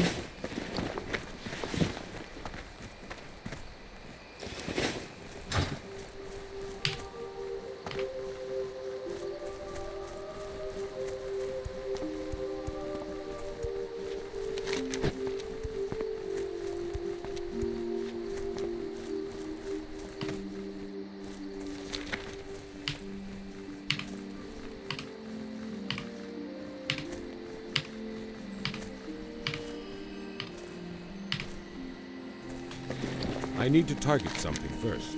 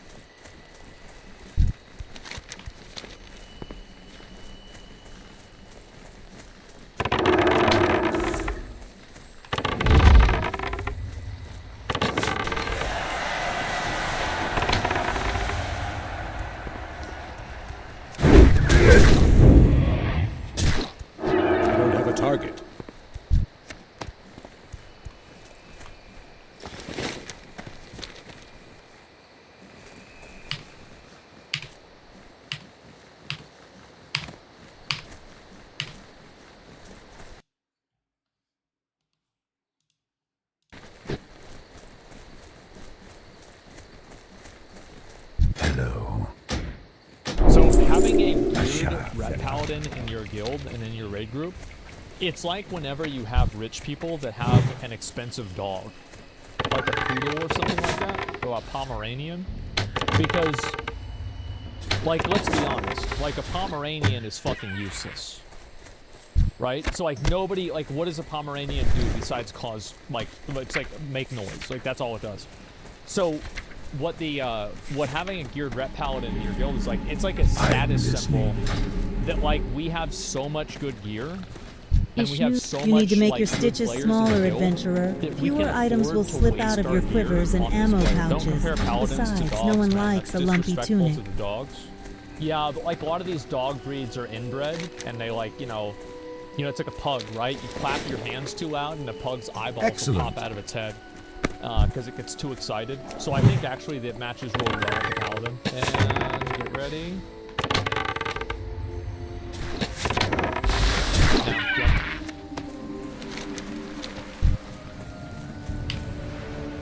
Alrighty, boys, let's do it. Get my. Ooh, wow, this guy died.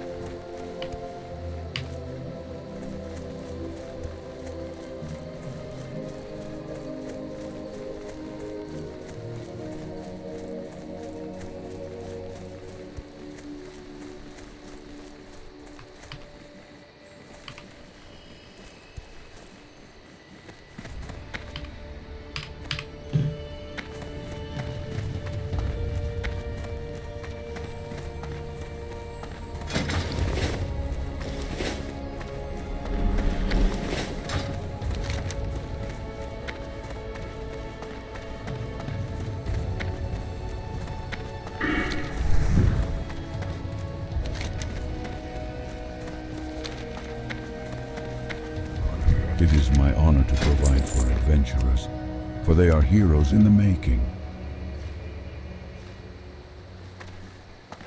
May the star. Goddess bless you.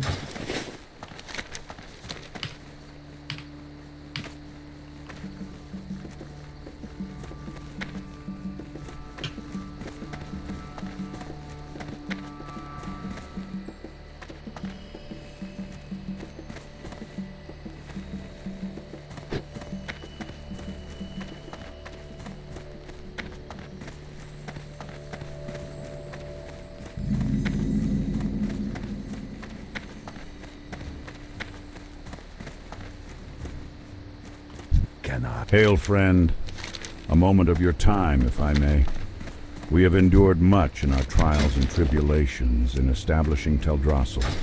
Were the constant strife of the times not enough, we now find ourselves in a dire shortage of cloth.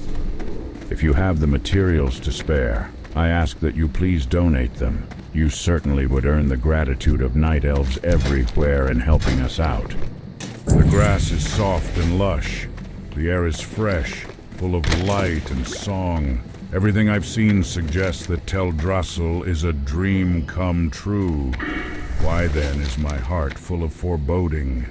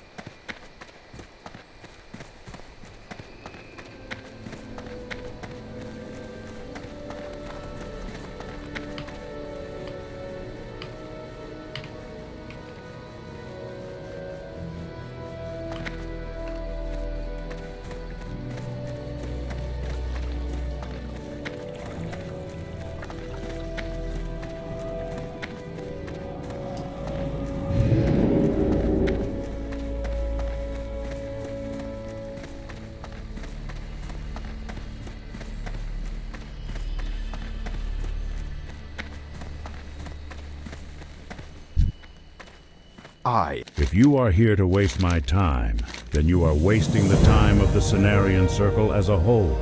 For your sake, Let us hope that you are not foolish enough to be doing just that. Ah, yes, the water I had requested. Taneron and Corethra certainly took their time in having it delivered, perhaps not choosing the most reliable of messengers. Nonetheless, I can finally get back to my work then. The weight of Teldrassil's problems fall upon my shoulders, a yoke I would wish to soon be rid of. Take this, you may find some use for it. I wondered why the Oracle Tree had not communicated with me for so long. It seems that some problems are lessened while others grow to greater concerns. I fear my work on Teldrassil shall never be completed, and our immortality never restored. Nonetheless, you have done the Oracle Tree's task well, and should be rewarded for your diligence. If you had enough time to run messages for the Oracle Tree, then I'm sure that I can press you into service to deliver a message to the Grove of the Ancients in Darkshore, due south of Aberdeen. You will most likely have to secure transport on a hippogriff, but I have faith enough in you that you can manage that. Take this to Onu, the Ancient of Lore. He has been awaiting word from me, even as I waited for news from the Oracle Glade. That's bound to me.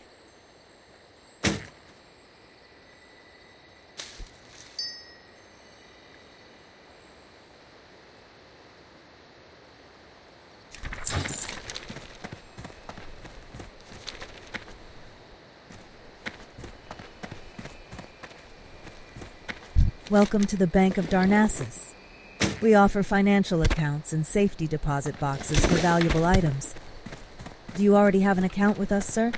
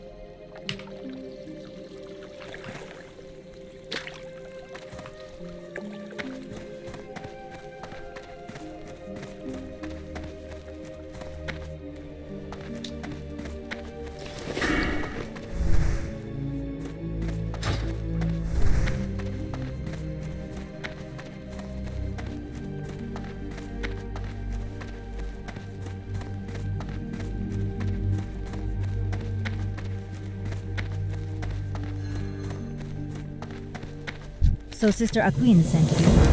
Lady Sathra was once beloved of Elune. Graceful and pure, the spider spun her silver threads through the moonlight, catching the evening mist. The silvery dew had strong healing powers and was kept here in the temple. But of late, Sathra has descended into madness. Her future generations are now threatened as well. Find Lady Sathra, adventurer, and end her suffering. She dwells along the northern borders of Teldrassil near Wellspring Lake. Gather her silvery spinnerets and bring them back to me.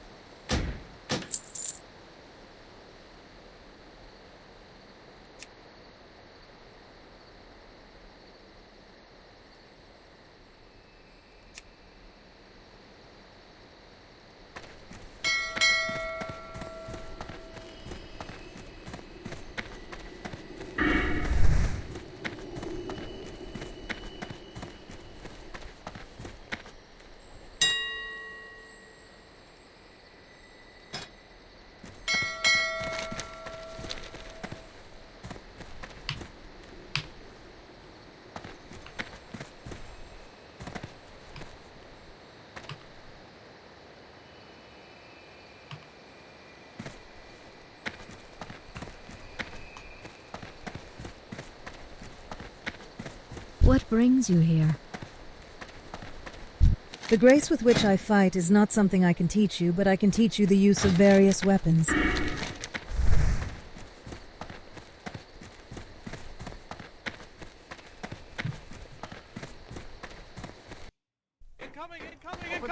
Can you tell me who you're besieging today? What the devil? They have a Blackhawk! Talk about that money talk of yours. That's my top burning question. In this video, I ended up becoming a war correspondent, completely live, unscripted, and I didn't even know any of these people. I ended up stumbling upon a massive clan war with hundreds of players, and I decided, you know what this needs? Some war reporting. So let's get into it. Hello. Can I ask what you're doing here at this siege today? War. I love how he's purple, so what are you doing? What are we doing? We're doing Your body war. looks worn and your spirit Tell me what's weary. going on here. Rest why are you yourself under beneath attack? our roof and allow Elune to guide your dreams. Oh, this is getting dangerous. Can I come in for an interview? No, you cannot. We're very busy right now. Close the portfolio. Who are you fighting today? Open thy gates. Open thy gates. I love the RP. Open thy gates. Motherfuckers, open thy gates. They're at the gate. What's going on here today? There's a war out there. Yeah. We're the free. They're kind of pushing up. Look behind you. Walk away. Get that. Get that. Oh shit. I'm a war correspondent. I'm a war correspondent. Jesus. I think this Bro, is why getting is a this little guy too trying hot to for me. kill him? Well, it looks like the Isn't siege that a is war fully crime? underway. At least two, Killing maybe the press? 3 different armies trying to take the walls, but Portcullis is down. Jesus. Yo, you need a medic? I got you, dog. I'm a medic. So what's it like being a battlefield doctor? It's unrewarding work, but someone's got to do it. True. Someone just got slapped. Oh, that was me. Got you. Come back here. I'll heal you. Wait. Huh? You saved my life, good. Heal you. You saved my That's the way it works? life, good sir. Okay. Thank you, liver nuts. Got you, dog. Unbecoming journalist. Don't judge me. Smart. This doesn't make me a lot of money. Well, it seems after 5 minutes or so of combat, the attacking force is retreating. For now. Alright, guys, back up.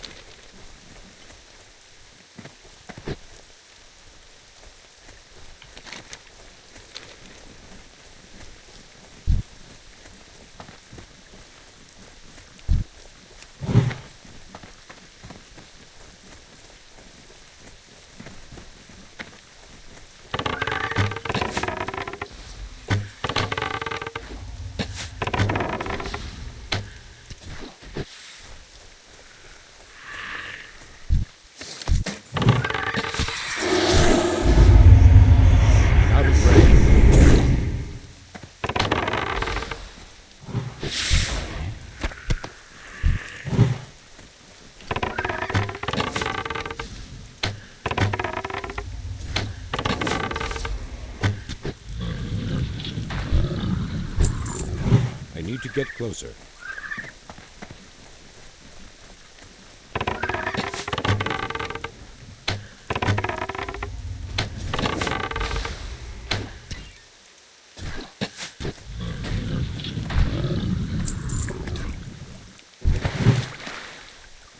It's too far away.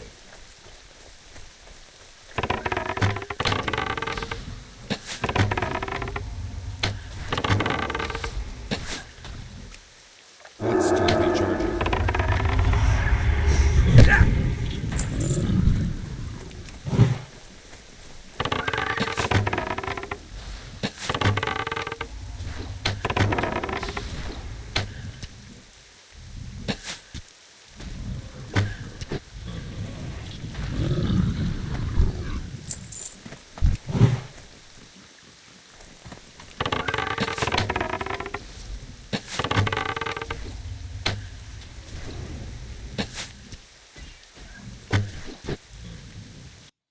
Like fresh sea salt right here, and then we got fresh oranges. What is this stuff? I'm out of range. Okay, and then what's this?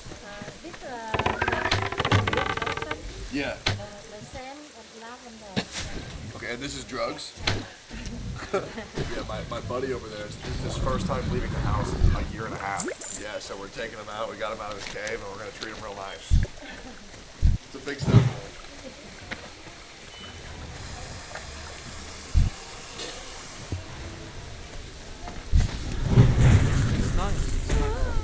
It's too far away. Yeah, see, men deserve to enjoy things too.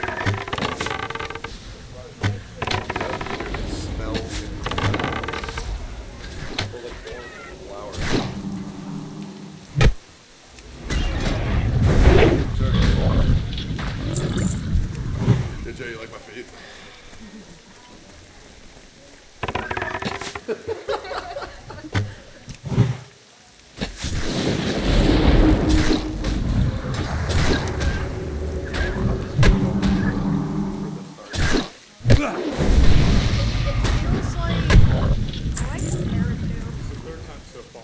Third time so far.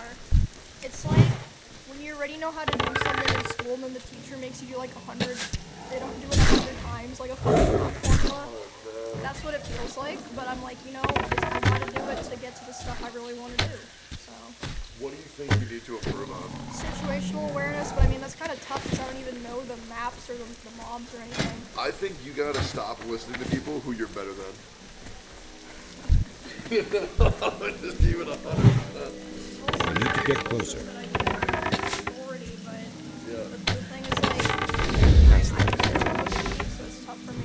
I am getting better. So it's like, in this side, it's not really a good problem, right? So it's like, never try to save. Never Roach, if he joins any raids, he's going to die if it looks slightly bad. Not slightly bad, just like 1% bad. No, I really think we're getting the Molten Core clear. I've talked to people, I see who we have at 60. We have really good players.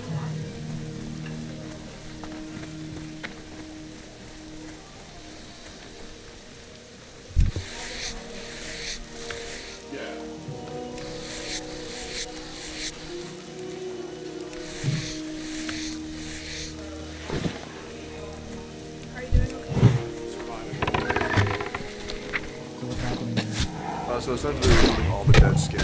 A lot of that.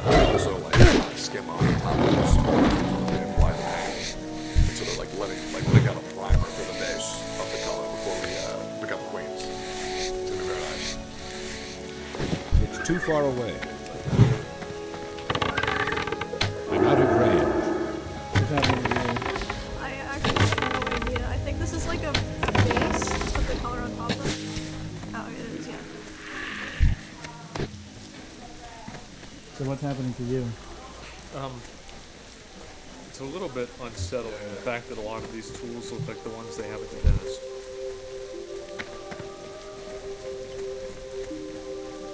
Very unsettling. I feel bad for you, man. Why? You just have to stand there and watch the whole time. I mean, that's crazy. You know? Like, just watching 3 people getting their feet done. Like, that's nuts to me. How did you play WoW every single day for like 20 years and not go insane? What do you mean? Well, so you know how I said that No, I what do you mean played... I'm not insane? Yeah, true. Yeah. But, so I played like 20 hours in the past recent couple of days, and I felt so disgusting, I willingly got up and exercised. After every time I play, I go for a 40-minute sprint. Like, I felt just like, I felt like a gargoyle. I need to get closer. My computer doing the same thing for 10 hours. Yeah. That's a good day. You have to embrace doing nothing. That's bad. WoW is just different. Not because you have to do the same thing twice. You know you're going to lose. Yeah, and you haven't even gotten to the fun part yet. You're just doing that babysit. I'm not doing nothing. Well, you're not doing that much. You're just because, you know, you're going on boats, then going in caves. That's never good.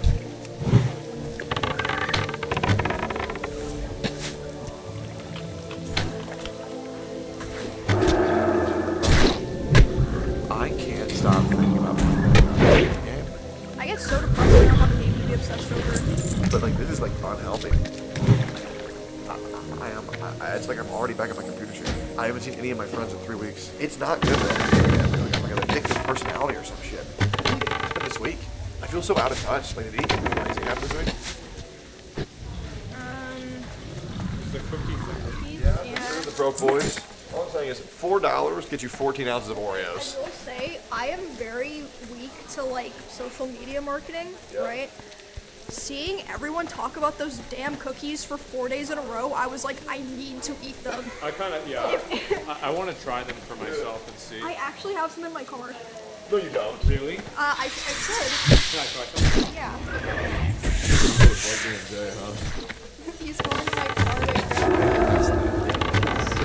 grab I got 2 bags of them sent to me, and I ate from both bags, but I think I have some left.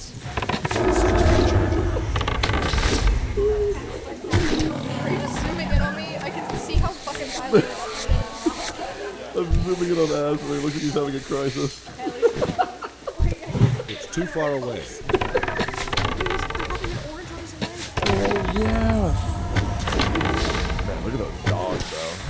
It's like Gollum going out to the volcano to drop them wondering, bro. God damn.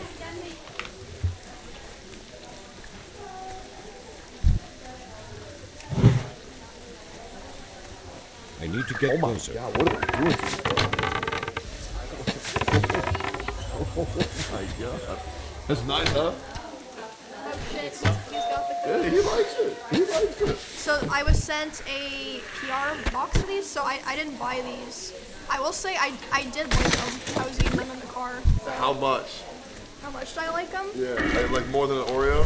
I'm not really a cookies person, to be honest. I personally like them more than Oreos because I don't like super sweet snacks, and these don't have the like cream filling. Do you like them 3.5 times the amount of an Oreo? Well, I don't know about that. Do you know what's happening right now? No. Not at all. What is this crazy stuff? So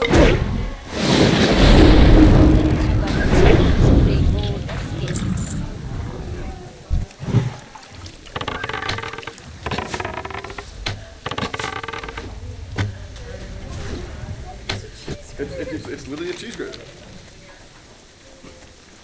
Sorry, sir. But you're doing great. I don't do pictures. Yeah. That's what you're gonna love it.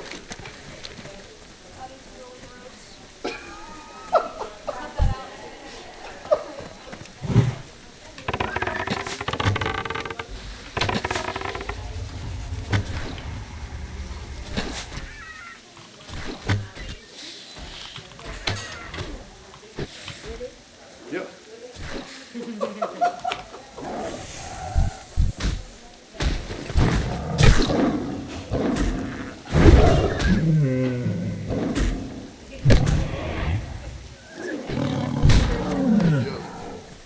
I've only done this like twice, and I had the same experience.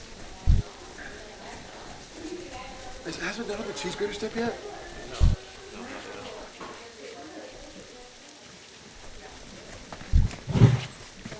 They are coating me with this beautiful sea moss. I'm out of range. Scrub, and all of this dead skin is going away, and all my problems are going away. Wanna know why? Because this is what life's all about. This moment right here.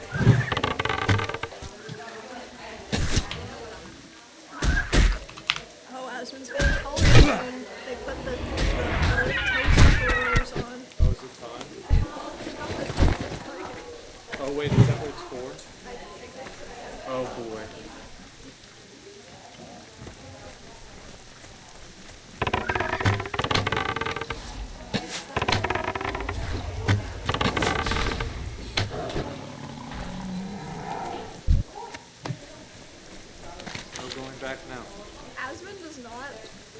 house or do anything that would cause like chipping on Oh, yeah, these, yeah. these are gonna be on his feet until the nails grow out. Yeah, I mean, who cares? Oh shit. Wait, is that gonna be me? Yeah, that's gonna be your toes. Oh boy. Oh. But they look pretty cool. They look cooler than the example thing. They look like a bug. They do. They look like a little beetle. I need to get closer.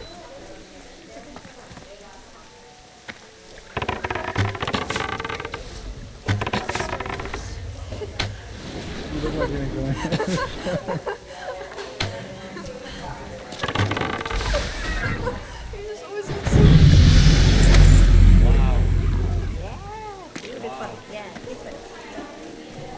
Like little gems. Oh my. Oh god. Oh god. He's good. He's loving it. Really. Makes it all worth it, man. Yeah. Yeah. I love knowing that like people don't know that's what are gonna be on his dogs for a week. Knowing that he's acting here, calling himself the Lich King when he's got feet looking like that. That's a bit much. That's a bit much.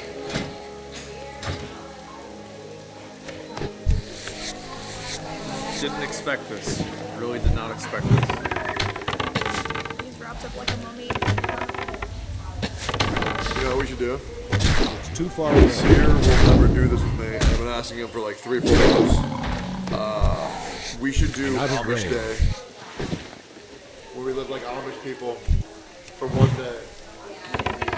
Asmin are gonna live like It's too Amish far people away. for a day. I'm just saying eventually, you know, what would it hurt? Can you have internet? No. Not like a radio. What?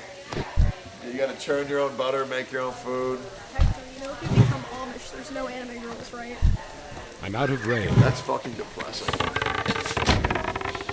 you not think so? Oh, I actually did not think of that at all. Damn. Yeah. Did you guys see the trailer for Avatar: The Last Airbender live action? I haven't seen the trailer, but I keep seeing the actors getting posted. Really good. No. People also thought that the One Piece trailer was bad. Alright, here's the difference. So the official people from Avatar don't want their name on it anymore. Oh, wait, that's really bad. Yes, they're pulling back. Why do they have to make everything live action? Right? Yeah. It's so stupid. Like, it's like they don't make everything anime. So why does everything need to be live action? I just don't understand. I mean, the Yu Yu Hakusho thing looks good. I'll watch that. The Devil May Cry 5 anime, that looks pretty good. They're also thinking about doing like a weird love triangle dynamic between Zuko, Aang, and Katara. And Aang looks like he's about 8 years old in the show. It's so weird. Yeah. So nice. Jay, get in there, man.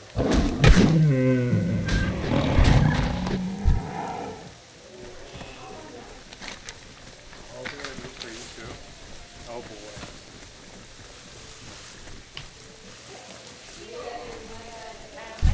You feel like a pizza roll. Right? Yeah. Inside of the pizza roll, when you get it out on the oven, it feels like Not too hot. No. What? What is this for? It's I need hot to get wax. closer. I guess it cools down and becomes solid, and then they take this to, I think it like makes your skin soft. And pull the gross shit out of your pores. Because they exfoliate to open the pores. Hands? Yeah, bro. Wait. Yeah. There'd be pores over your whole body. I just never thought about it. What the fuck? Past that yet. That's so nice. Thanks so much. Would you realistically think you're gonna be hitting 50? I don't even know the amount of XP and time it takes. Are you gonna necklace? Are you gonna necklace? I think this time I'm not even gonna do it up to 42 where it was before. I think I'm just gonna play. Okay. I'm surprised that you kept playing after you died. Like I was. Yeah. That's true, actually. Oh, speaking of Nothing. The World Tab. Did you watch? I I didn't watch, but I'm glad that Faker won. Dude, I was shocked that anybody thought that Faker had any chance of breaking the No, but okay. But the finals this year were T1 versus the other team. They already thought that other team's first-ranked team had beat them. The finals was Faker versus that team's fourth string. It was, I believe it was a 3-0 blowout. I believe. I didn't watch it, boy. But apparently their guy called Zeus was just disgusting. But I'll be real. I think I'm getting tired of the Faker meta, to be honest. There needs to be somebody. I would be tired of it if he won every single time, but he doesn't. That's gonna be the last one. Not enough I men. think it's kind of nice that he's just like the God. Yeah, he's your best friend. It's crazy how popular he is. Your body looks worn and your spirit weary. Rest yourself beneath our roof and allow Elune to guide your dreams. I mean, it was popular back then too, because it's like all your friends played it, right? Oh no, right now feels the same as it used to back then for me. Oh wow. Yeah. Oh, who cares? Literally, who cares? May the stars. Let's make a league guild. Oh, that sounds super fun. Wow. Think about it. Just think about it, Get mad together. I think it's a good idea. How long have you played it? I first played in 2015, I think. Yeah, I haven't really played for the past 2 years though. I do play still, but not that much. So it's not like you started like as soon as it came out. No. Oh, okay. What did you play before League? What I played before League? League's actually my first PvP game. Before that? Stuff like Portal, Zelda, all those games. You don't like Portal and Zelda? Nice, but it's like that's not the only thing out there. You know, you had to have. Well, I think that my uncle bought me. So this was back when WoW you had to buy like those boxes, right, with the disc. My uncle bought me a box of that from like a garage sale, like it was a fresh one. And my parents were like, nope, that's going on the shelf until you're 20 years old. Really? Yep, so I had World of Warcraft, but I just never was able to play it. They thought you were gonna get like addicted and like ruin your life, or what? I was a very sheltered child until I was like 16, and they were like, you know what, we think we fucked up, just do whatever the fuck you want, and it made it worse. That's gonna be horrifying to hear from your parents. Hey, we think we fucked up with you. No, that's not what they said. That's my retelling. Okay.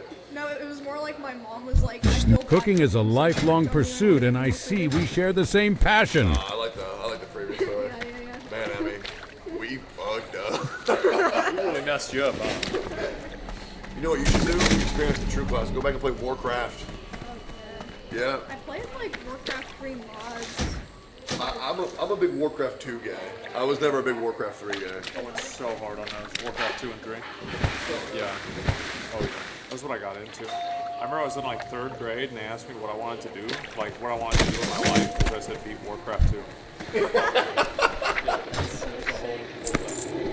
All I played as a kid was like Zelda, Kirby. I had Portal. Someone gave me the orange box for like a the orange box. Yeah, I played like pretty much just like Nintendo games and some Steam games. Yeah, because you started with GameCube, right? Yep. Oh. That was my first console. Did you have Pikmin? Did you have Luigi's Mansion? No. What did you? So you didn't really have a GameCube then? Milky Ball 2. I That's a good had Wind Waker, Twilight Princess. Oh, you got the bootleg GameCube version of that? I had some like Nickelodeon. It was like Tak and the Staff. Tak and the Power of Juju. Yeah. Yep. That one was good. I don't remember what else I had because those were the ones I played the most.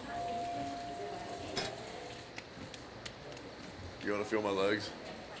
No. No, you don't see how they feel? No. Oh, okay. You can have a squeeze if you want, man. They're nice. Yeah, touch that. Get in there, man. That's nice, right? Okay.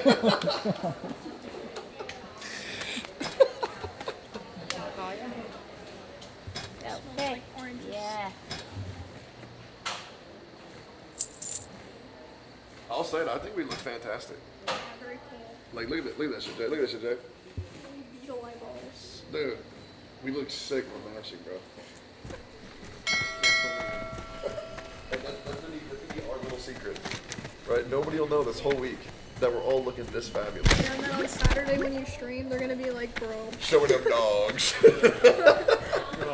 That is crazy to me though. How your first console was GameCube. So you never played Banjo-Kazooie? You got to go back, play the classics. Ocarina of Time, Banjo-Kazooie. They had Ocarina of Time on GameCube. Wait, what about you play Majora's Mask? Yes, but I didn't beat it. Yeah, you gotta play that. Banjo-Kazooie, Conker's Bad Fur Day. Some good-ass games. My goods are of the highest. This was so nice. Farewell. Yeah, that was genuinely the best pedicure I've ever had. I hope you had a good experience, Asmund. I've ever had to. Yeah. Damn, that's nice. Would you ever do this again? Really? Yeah, Oh shit. Okay, that means you liked it. Yeah. Sure, it's nice. Yeah. It's fun.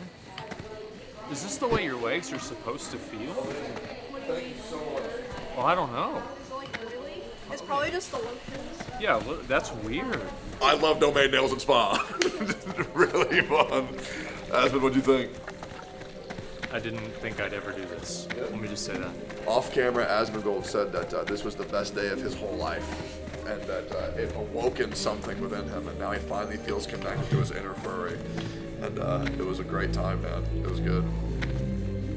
Yeah, so we're all hungry, so we're gonna keep hanging out and go get food and eat these at the restaurant because we don't want to loiter here too long. Okay, so I've already tried these. I thought that they tasted good, but Techie and Asmund wanted to try them. All right. He's gonna love them. Realize how good these things gotta be for a $7 fucking cookie.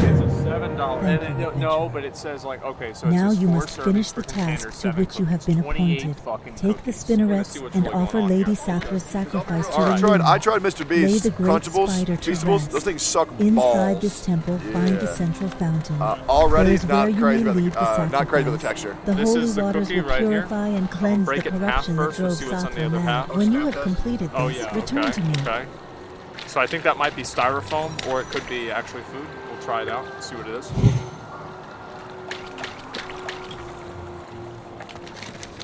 I'll wait to get my opinion. You already did. It's a worse Oreo. Only 5 times the price. It's just sugar and cookie. Like you can't fuck that up. You look at it. Look at that. You see that? Look at this. It's not the same thing. It doesn't have the white dots on it as much. Missing the chips. I mean, don't get me wrong. If you buy these, you'll be like, The loss damn, of that's a Lady cookie. Sathra But this, is it's distressing. fine. But But you in just get this Oreos. way, They're cheaper. only You may want she to try be one? reborn with a Can I get in there, renewed Jay? spirit. May a Like, loon is this willingly 3.5 accept the times better than Oreo? sacrifice Fuck that no. you have offered her. You like that? Yeah. Well, it is what it is. I mean, not bad. I don't think there was any way for those to be bad, but I mean, honestly, for $7, man. I mean, come Well, on. am I gonna buy this? I mean, probably not gonna buy. No one was saying they tasted bad. They were saying they're too expensive. Which Yeah. I mean, I wouldn't buy cookies in the first place, but yeah. Oh, these supposed to be health foods, right? How in the fuck is that a health food? I hate that shit. You can't make a healthy cookie. There is no healthy cookie. Well, there could be. Like, what if it's a cookie made out of healthy stuff? Yeah, that's true. It's got mushroom powder in it. I would like my burger. I want my fucking food too. Where's my food? Where's my food? There's a little thing over here. Where's my fucking food? Is that 33? That's what I fucking You sniped that. Damn. Thank you. Thank very you so much. Thank you. Oh, yummy. Have a good night. Thank you. Thank you so much. Bro, look at this shit. This looks so cool. No, I was thinking about it earlier. What's the poorest y'all have ever been? Emmy, you want to go first? I'm listening. I had $0 in my bank account for a full week when I was 18, and I wasn't living at home. I remember I had $21 in my bank account, and this has been my balance for quite some time, probably a couple of months at that point. At this point, I was one of the top players on my server in World of Warcraft. No, I'm serious. I really was. No, I believe I'm Yeah, no, that makes so much sense. I was one of the best. And anyway, a game came out. It's called Path of Exile. And I came home and I saw my favorite streamer at the time, Preparian, streaming Path of Exile. And I actually thought he was playing Diablo 2 because I never played Diablo 2. Find out it's this other game, and I play it for the free weekend. Of all for the Path of wondrous Exile places closed beta. within So they said Darnassus, that which would you have if you me wanted to direct play you the to? game any longer, you The have to fish actually off the donate. coast of I took Teldrassil 15 are of quite my large and $21 robust. and I gave it to Rumors grinding say beer games. And I played Path of Exile for that entire week, and I still play it to this day. y'all ever get hit with overdraft fees? Those things are fucking evil. Hey, this dude donated me $100. To maintain hey, man, our upgrade link your to the setup with this money I mainland, donated we on have PayPal. hippogriffs And I'm like, constantly okay, flying buy all this between shit, use Rotharan $100, I Village thank and him. Darkshore. He refunds the donation. I go into overdraft, get hit twice. Bro, that shit fucked my life. It's like if you don't know, and then you buy like a pack of gum, it's like $1 minus 35. That was criminal. I guess that's it. That's our outing day. We went outside. We went to the spa. Asmin and Techie got their toes painted. I got my hands painted, and then we had food. And now we're all gonna go home and get on World of Warcraft. Alright, I guess I'm going to log off here. This is my journey over to Darkshore. Hopefully, I can get to like level 20 around here. That would be pretty ideal.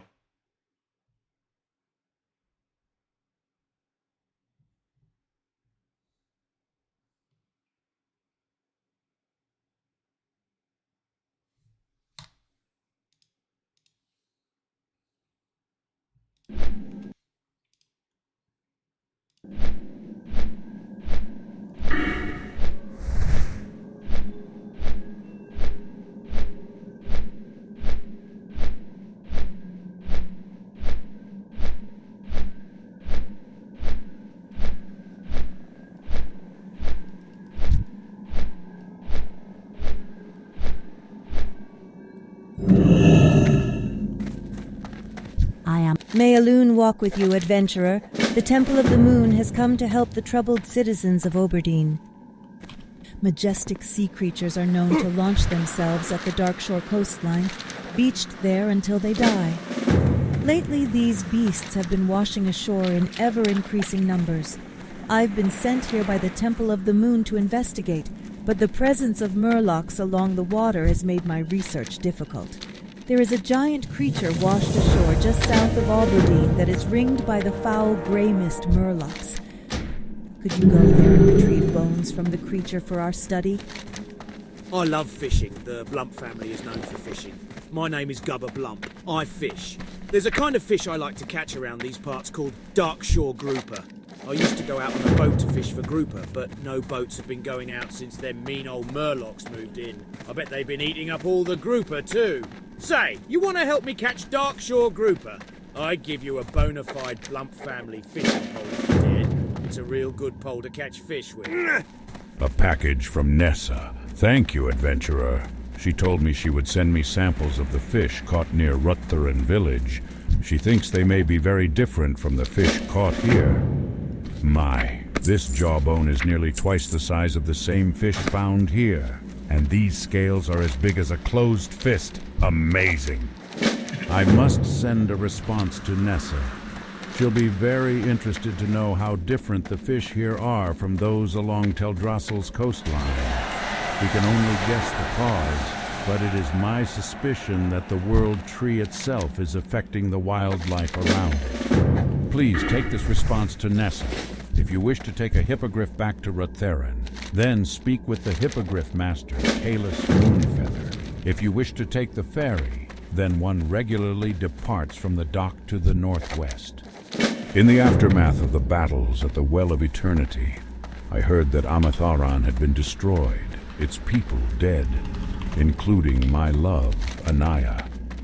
I would never have thought, thousands of years later, that memories of Anaya would still haunt my dreams. Wandering the woods of Darkshore in a stupor, I found myself in the ruins of Amatharan, where I saw the haunted spirit of my beloved. She must be freed, but I lack the heart to do it. Her spirit must be destroyed. Hey! Help me with my latest invention, the BuzzBox! You can talk to people far away! Maybe you've already seen them! They're boxes with levers on them!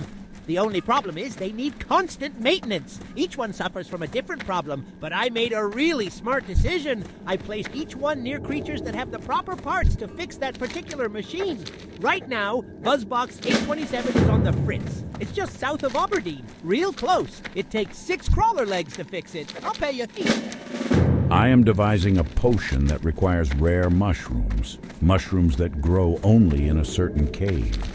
The cave lies behind Cliffspring Falls, to the east and slightly north along the mountains.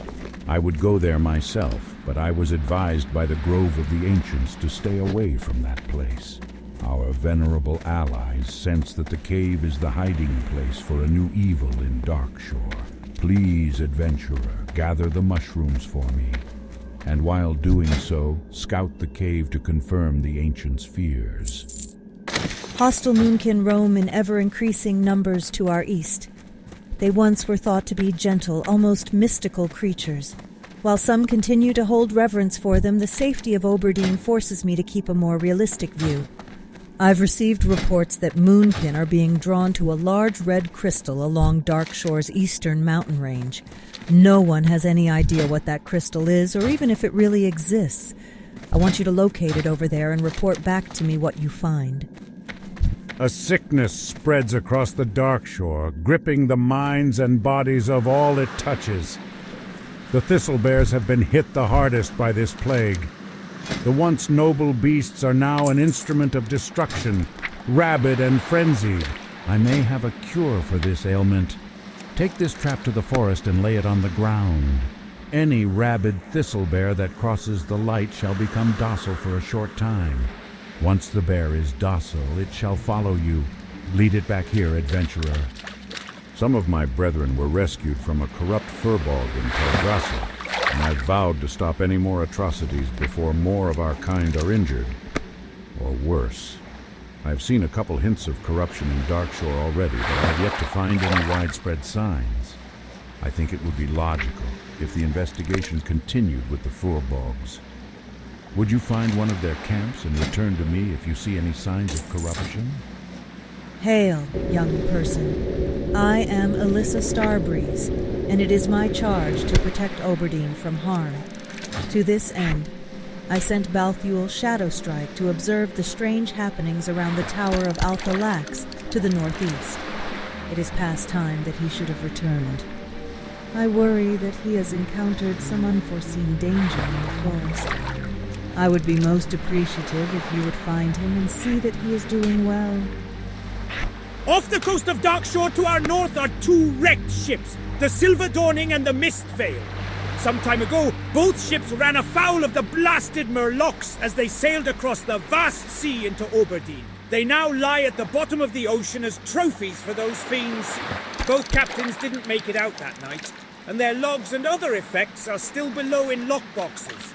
I'd like for you to recover them for us. It would mean a lot to the crew members still around these parts. Do you smell that delicious aroma?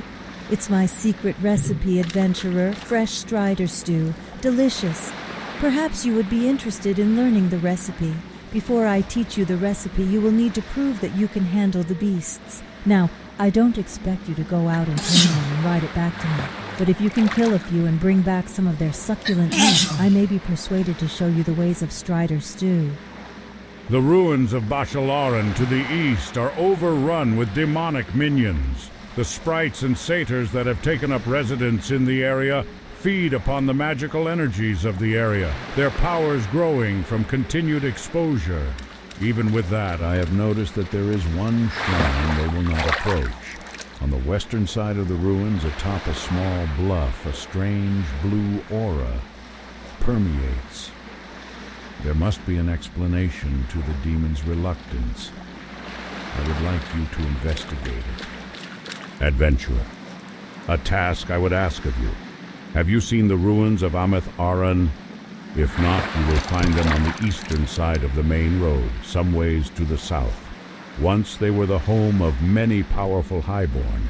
Now they are a testament to the destruction their dabblings produced. I've been told by the Sentinels that the spirits of the highborn persist, and that they wield their ancient magical implements. Those relics must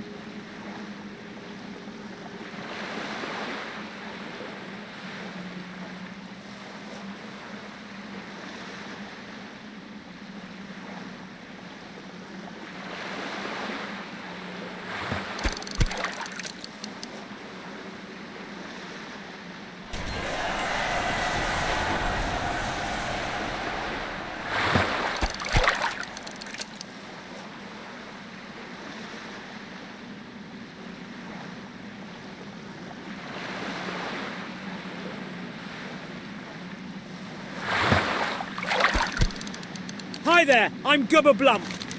Them some real nice groupers, adventurer. Thanks for helping me out. You're at least as good of a fisherman as my cousin, Graun Blump. She also has a beard and she smells kind of funny, but that don't do nothing to stop her fishing. I reckon you have what it takes to use a Blump family fishing pole.